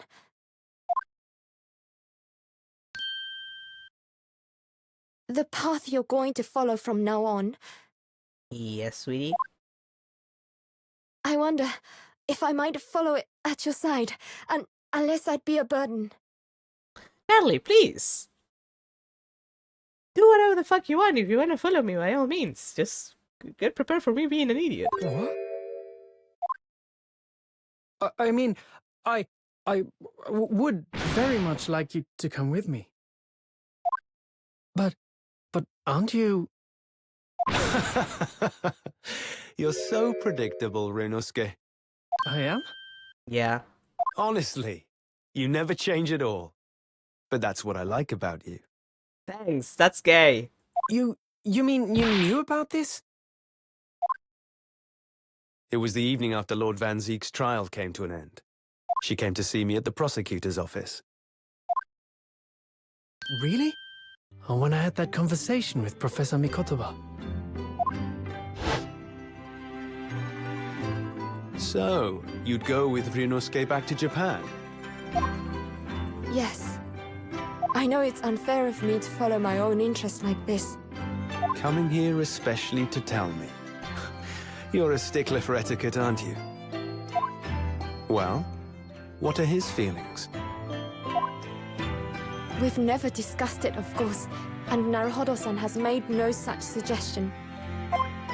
I worry that perhaps I'd be a burden to him. He's just as much of a stickler for etiquette as you are. He'd never say anything before he was asked. But I'd feel happy knowing you were with him. Look out for him on my behalf, will you?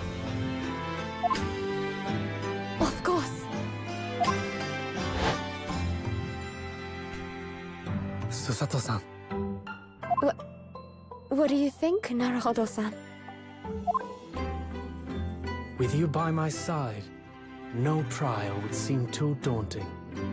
So if you're willing, I'd be honored if you'd come with me. Together we can take on the world.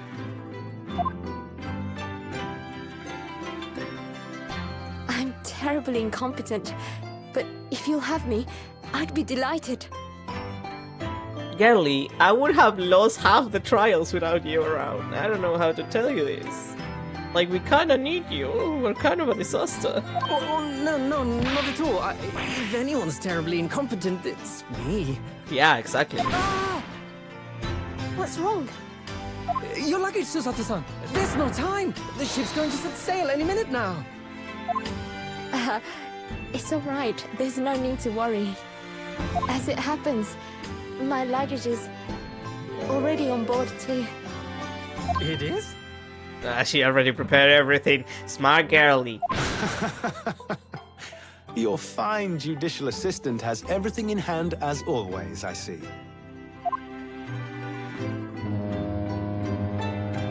Honk. Bruno, your ship's about to leave. Time to go then. Look after yourself, Ryunosuke. Kazuma, draw your sword. Bye.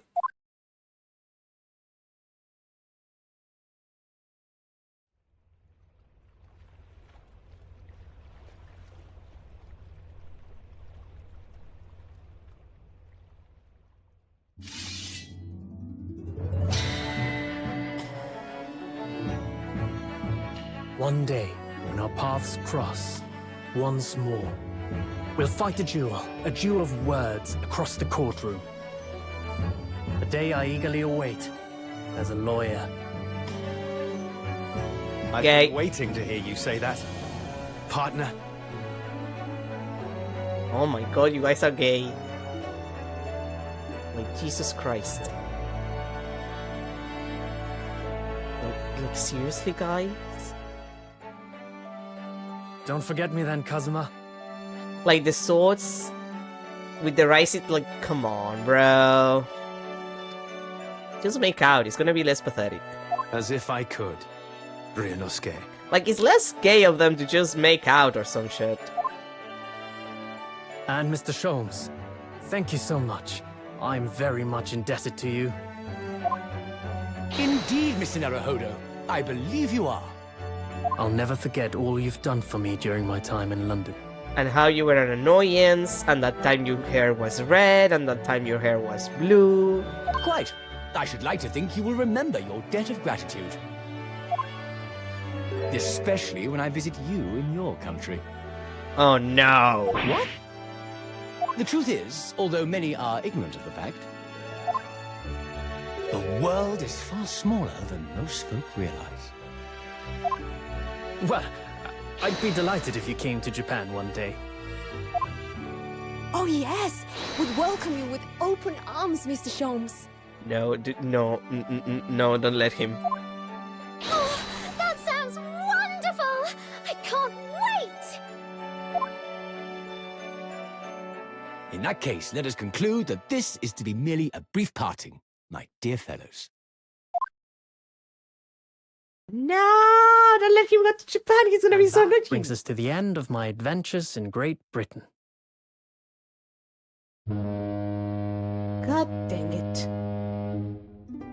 A peculiar twist of fate brought me halfway around the world those many months ago. But that was just the start of my journey. Who knows where fate will lead me next?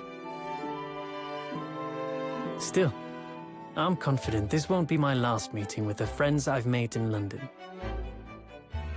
And when we're together again, no doubt the first words I'll hear will be,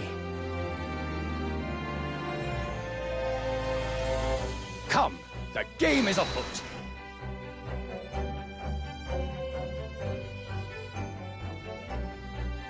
The ship, with our friends from the east, sailed steadily towards the distant horizon. But Sholmes's face was alight with joy. The times may change, but a steadfast friendship will remain true, Wilson. We have but to gently close our eyes, and we are with our companions once more.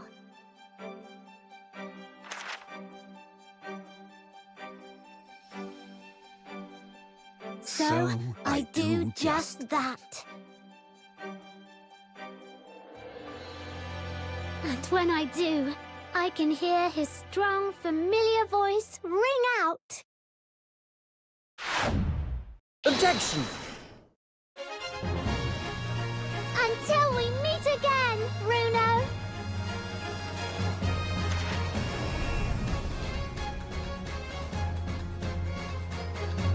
Man.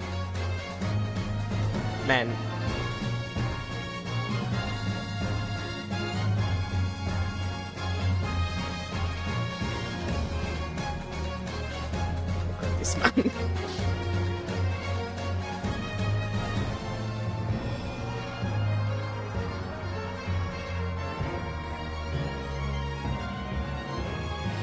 A sojourn in distant climes.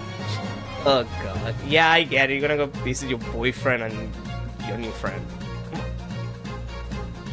God damn it, Schultz.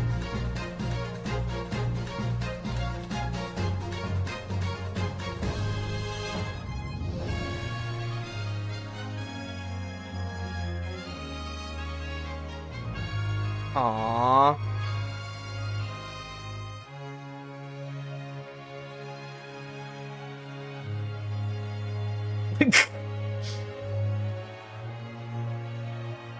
Man, this was so good. Like, everybody has told me that this game was peak. I've heard that every time, but like, genuinely a great experience.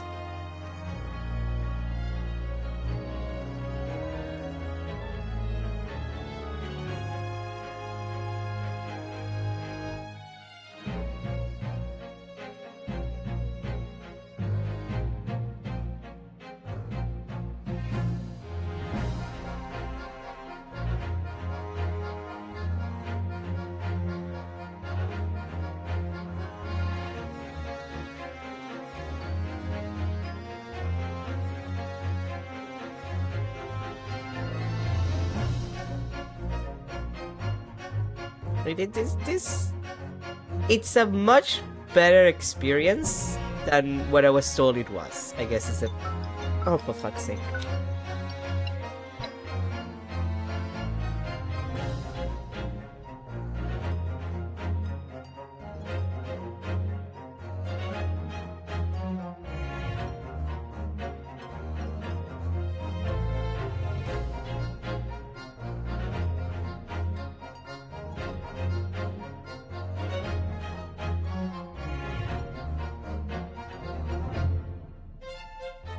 Sorry, this Coca-Cola got a package because apparently they can't just send me a message. They're supposed to get here in a couple of minutes, which we're about to end the stream, it's fine. Oh, for fuck, really? Okay, they're here. I'm gonna leave for a second, I'll come back.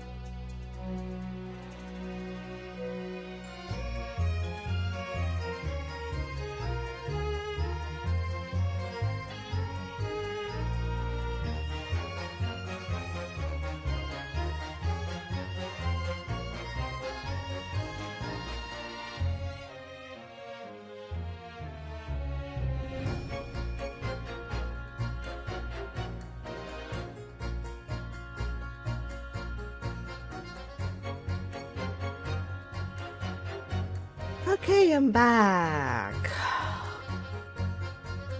Couldn't have had that sent any other time of the day, Avis. Anyway, really sorry about that. It happens. What I was saying. Okay, so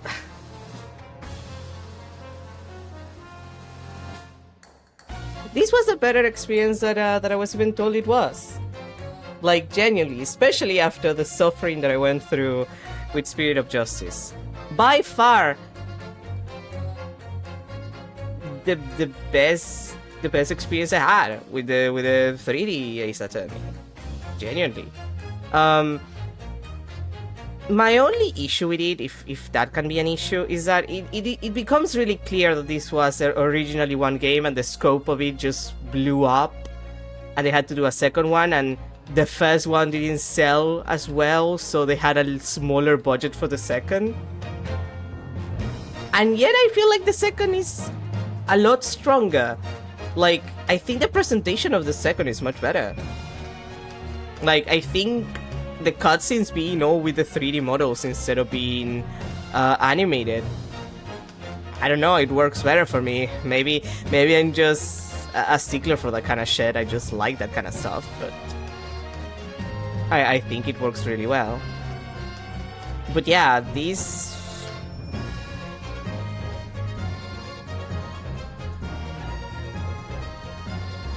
Genuinely, I haven't had this fun with an Ace Attorney game in such a long time. Like, again, Spirit of Justice kind of broke me emotionally. I sell at the spaghetti. I cook at the pizza. Hilarious.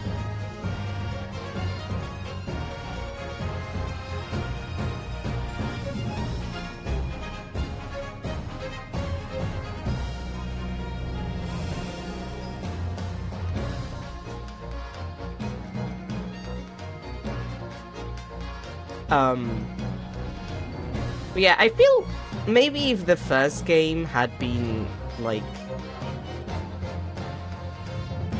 had used the same stuff as the second in that sense, I feel like it would have hit better. And yeah, there's something to be said about the first game having the ending that it has, and just leaving you there. Kind of like, oh yeah, it's an entire conspiracy and you're not gonna find out until the second one, when it's not released yet. Right, that's something to be said. But this was genuinely a great experience.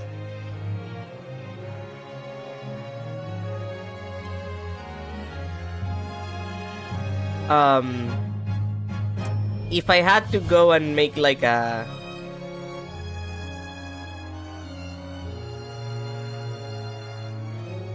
tier list, I would probably go like, this would be beside Apollo Justice. And Apollo Justice is my favorite game in the series by far.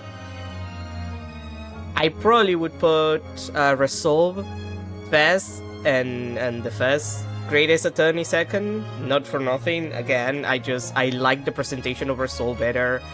And I think it's a more complete story in a way.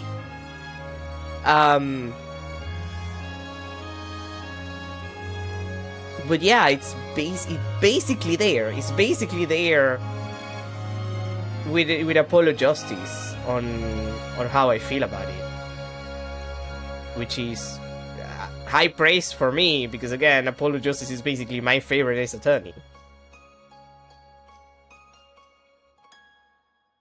But yeah, this was good. I'm gonna have to rewatch the credits later. I miss so much of the funny dialogue. Having to get the package.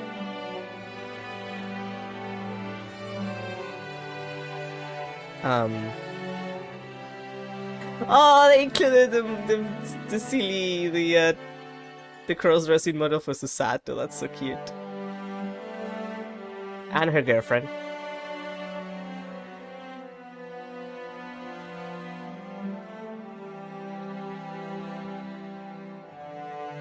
The Toto. And the kitties. Delightful. But yeah, this was great. I don't know what to say. Like, there's so little that I can criticize of these two games, because usually once we moved to the 3D Ace Attorneys, when I started to play everything, I had so many things I could criticize about Dual Destinies and Spirit of Justice. Like, I have so much suffering, mostly with Spirit of Justice. Spirit of Justice was, it was so painful. It was such a painful experience. Soseki, please stop doing that.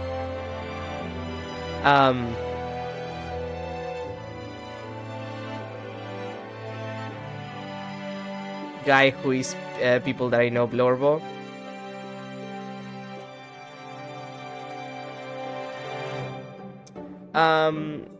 But here, like, outside of the jokey stuff of like that makes no sense, and I don't think law works like that, which is a classic of any Ace Attorney game for the record.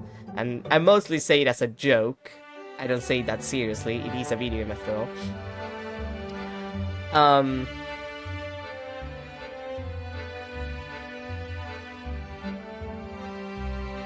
I do have like nothing to say about this game except that it was good. Like, it was a good experience. The cases were generally good. The characters were all enjoyable, even the one-note ones.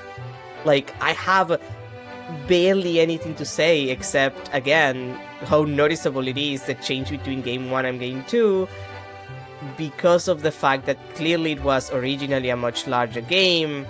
Well, a single game that got too big on scope for them to be able to just make it on the budget they had. And, you know, they changed that. Why are you dancing? I hate that. Stop doing that, you two. I hate it. I hate it. I hate it. Stop that. Especially because Sholmes just vogues. He just vogues. I hate that. He shouldn't be allowed to vogue. I know he's clearly gay, but still, he shouldn't be allowed to vogue. He doesn't deserve it.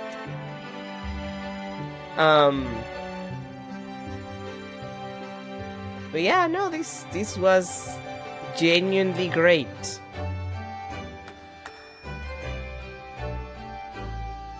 An absolutely delightful experience. And now I played every single Ace Attorney except the crossover with Layton, with Professor Layton, but I have never been able to finish a Professor Layton game in my life. I fucking am so bad at those games that I don't think it should be... I shouldn't do it. I shouldn't try to play it. Because it would just be... like, I wouldn't get it. I don't think I'm the right target audience for the Layton Ace Attorney crossover. No offense.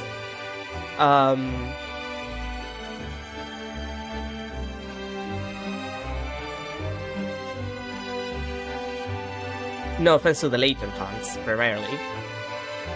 And secondarily to the fans of the crossover, specifically. So yeah, like... this was pretty great.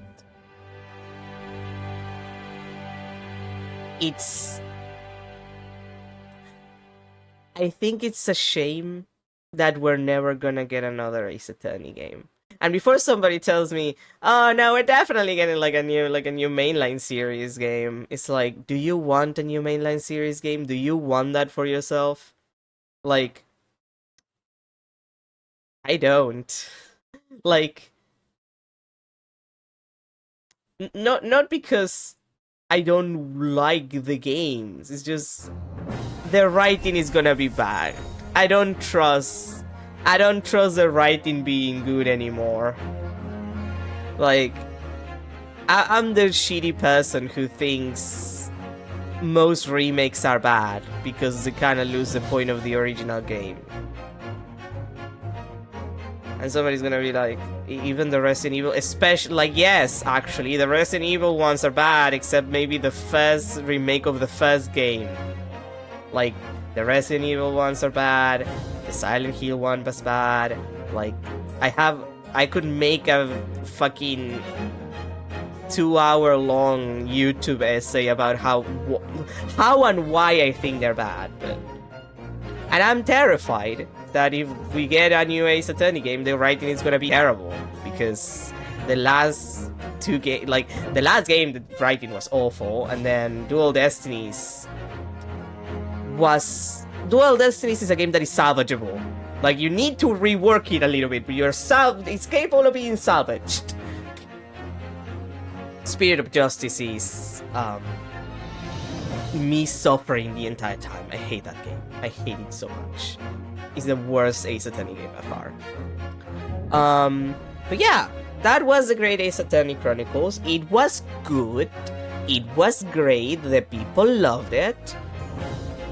And tomorrow we're doing something else, obviously. We're gonna end the stream, because we're technically at time, even though I started a little later. And tomorrow we're playing whatever. And next week, we're gonna do a little change of, plans of how I usually do this, because my plan is to start Yakuza 3. But Yakuza games are long. Like, they're dumb long. They're super long. And I would like to play more than just Yakuza 3 for, like, who knows how many months. So the main plan is... I'm gonna play one different game, probably shorter game on Monday, and then Friday and Saturday I'm gonna play Yakuza 3. And then maybe I'll take Monday again for Yakuza 3, mostly to like finish up stuff, and there will be stuff that is grindy that I'll do off screen if there's no plot related stuff in it. But yeah, that's basically the plan for that. So next week we're starting, well, Monday we're starting like one game, and then on Friday and Saturday, so the weekend we're starting Yakuza 3. But that's gonna be next week, and there's still Sunday to come. So we'll see what game I start on Monday. I haven't decided on that one. But anyway, thank you everybody for being here. This was a good experience. Being called up to get a package otherwise, which interrupted the entire thing. And honestly, yeah. if not the best game in the series, at least the best spin-off. No offense, Investigations. Investigations 2 was better than Investigation 1. I'm going to say that out loud, and people can judge me about that, but I do think that Investigations 2 is much better. For a variety of reasons. But anyway, great game. Love being here. Love how my throat is gonna be suffering for a while. But now I have things to do, and I must go. My planet needs me. Again, thank you everybody for being here. Have a good rest of your day. Have a good weekend. There's still one day left of the weekend, and I'll see you tomorrow for something that is completely unrelated to any of these at all. What? You don't know. I don't know. You'll figure it out tomorrow. I'll figure it out tomorrow. Who knows?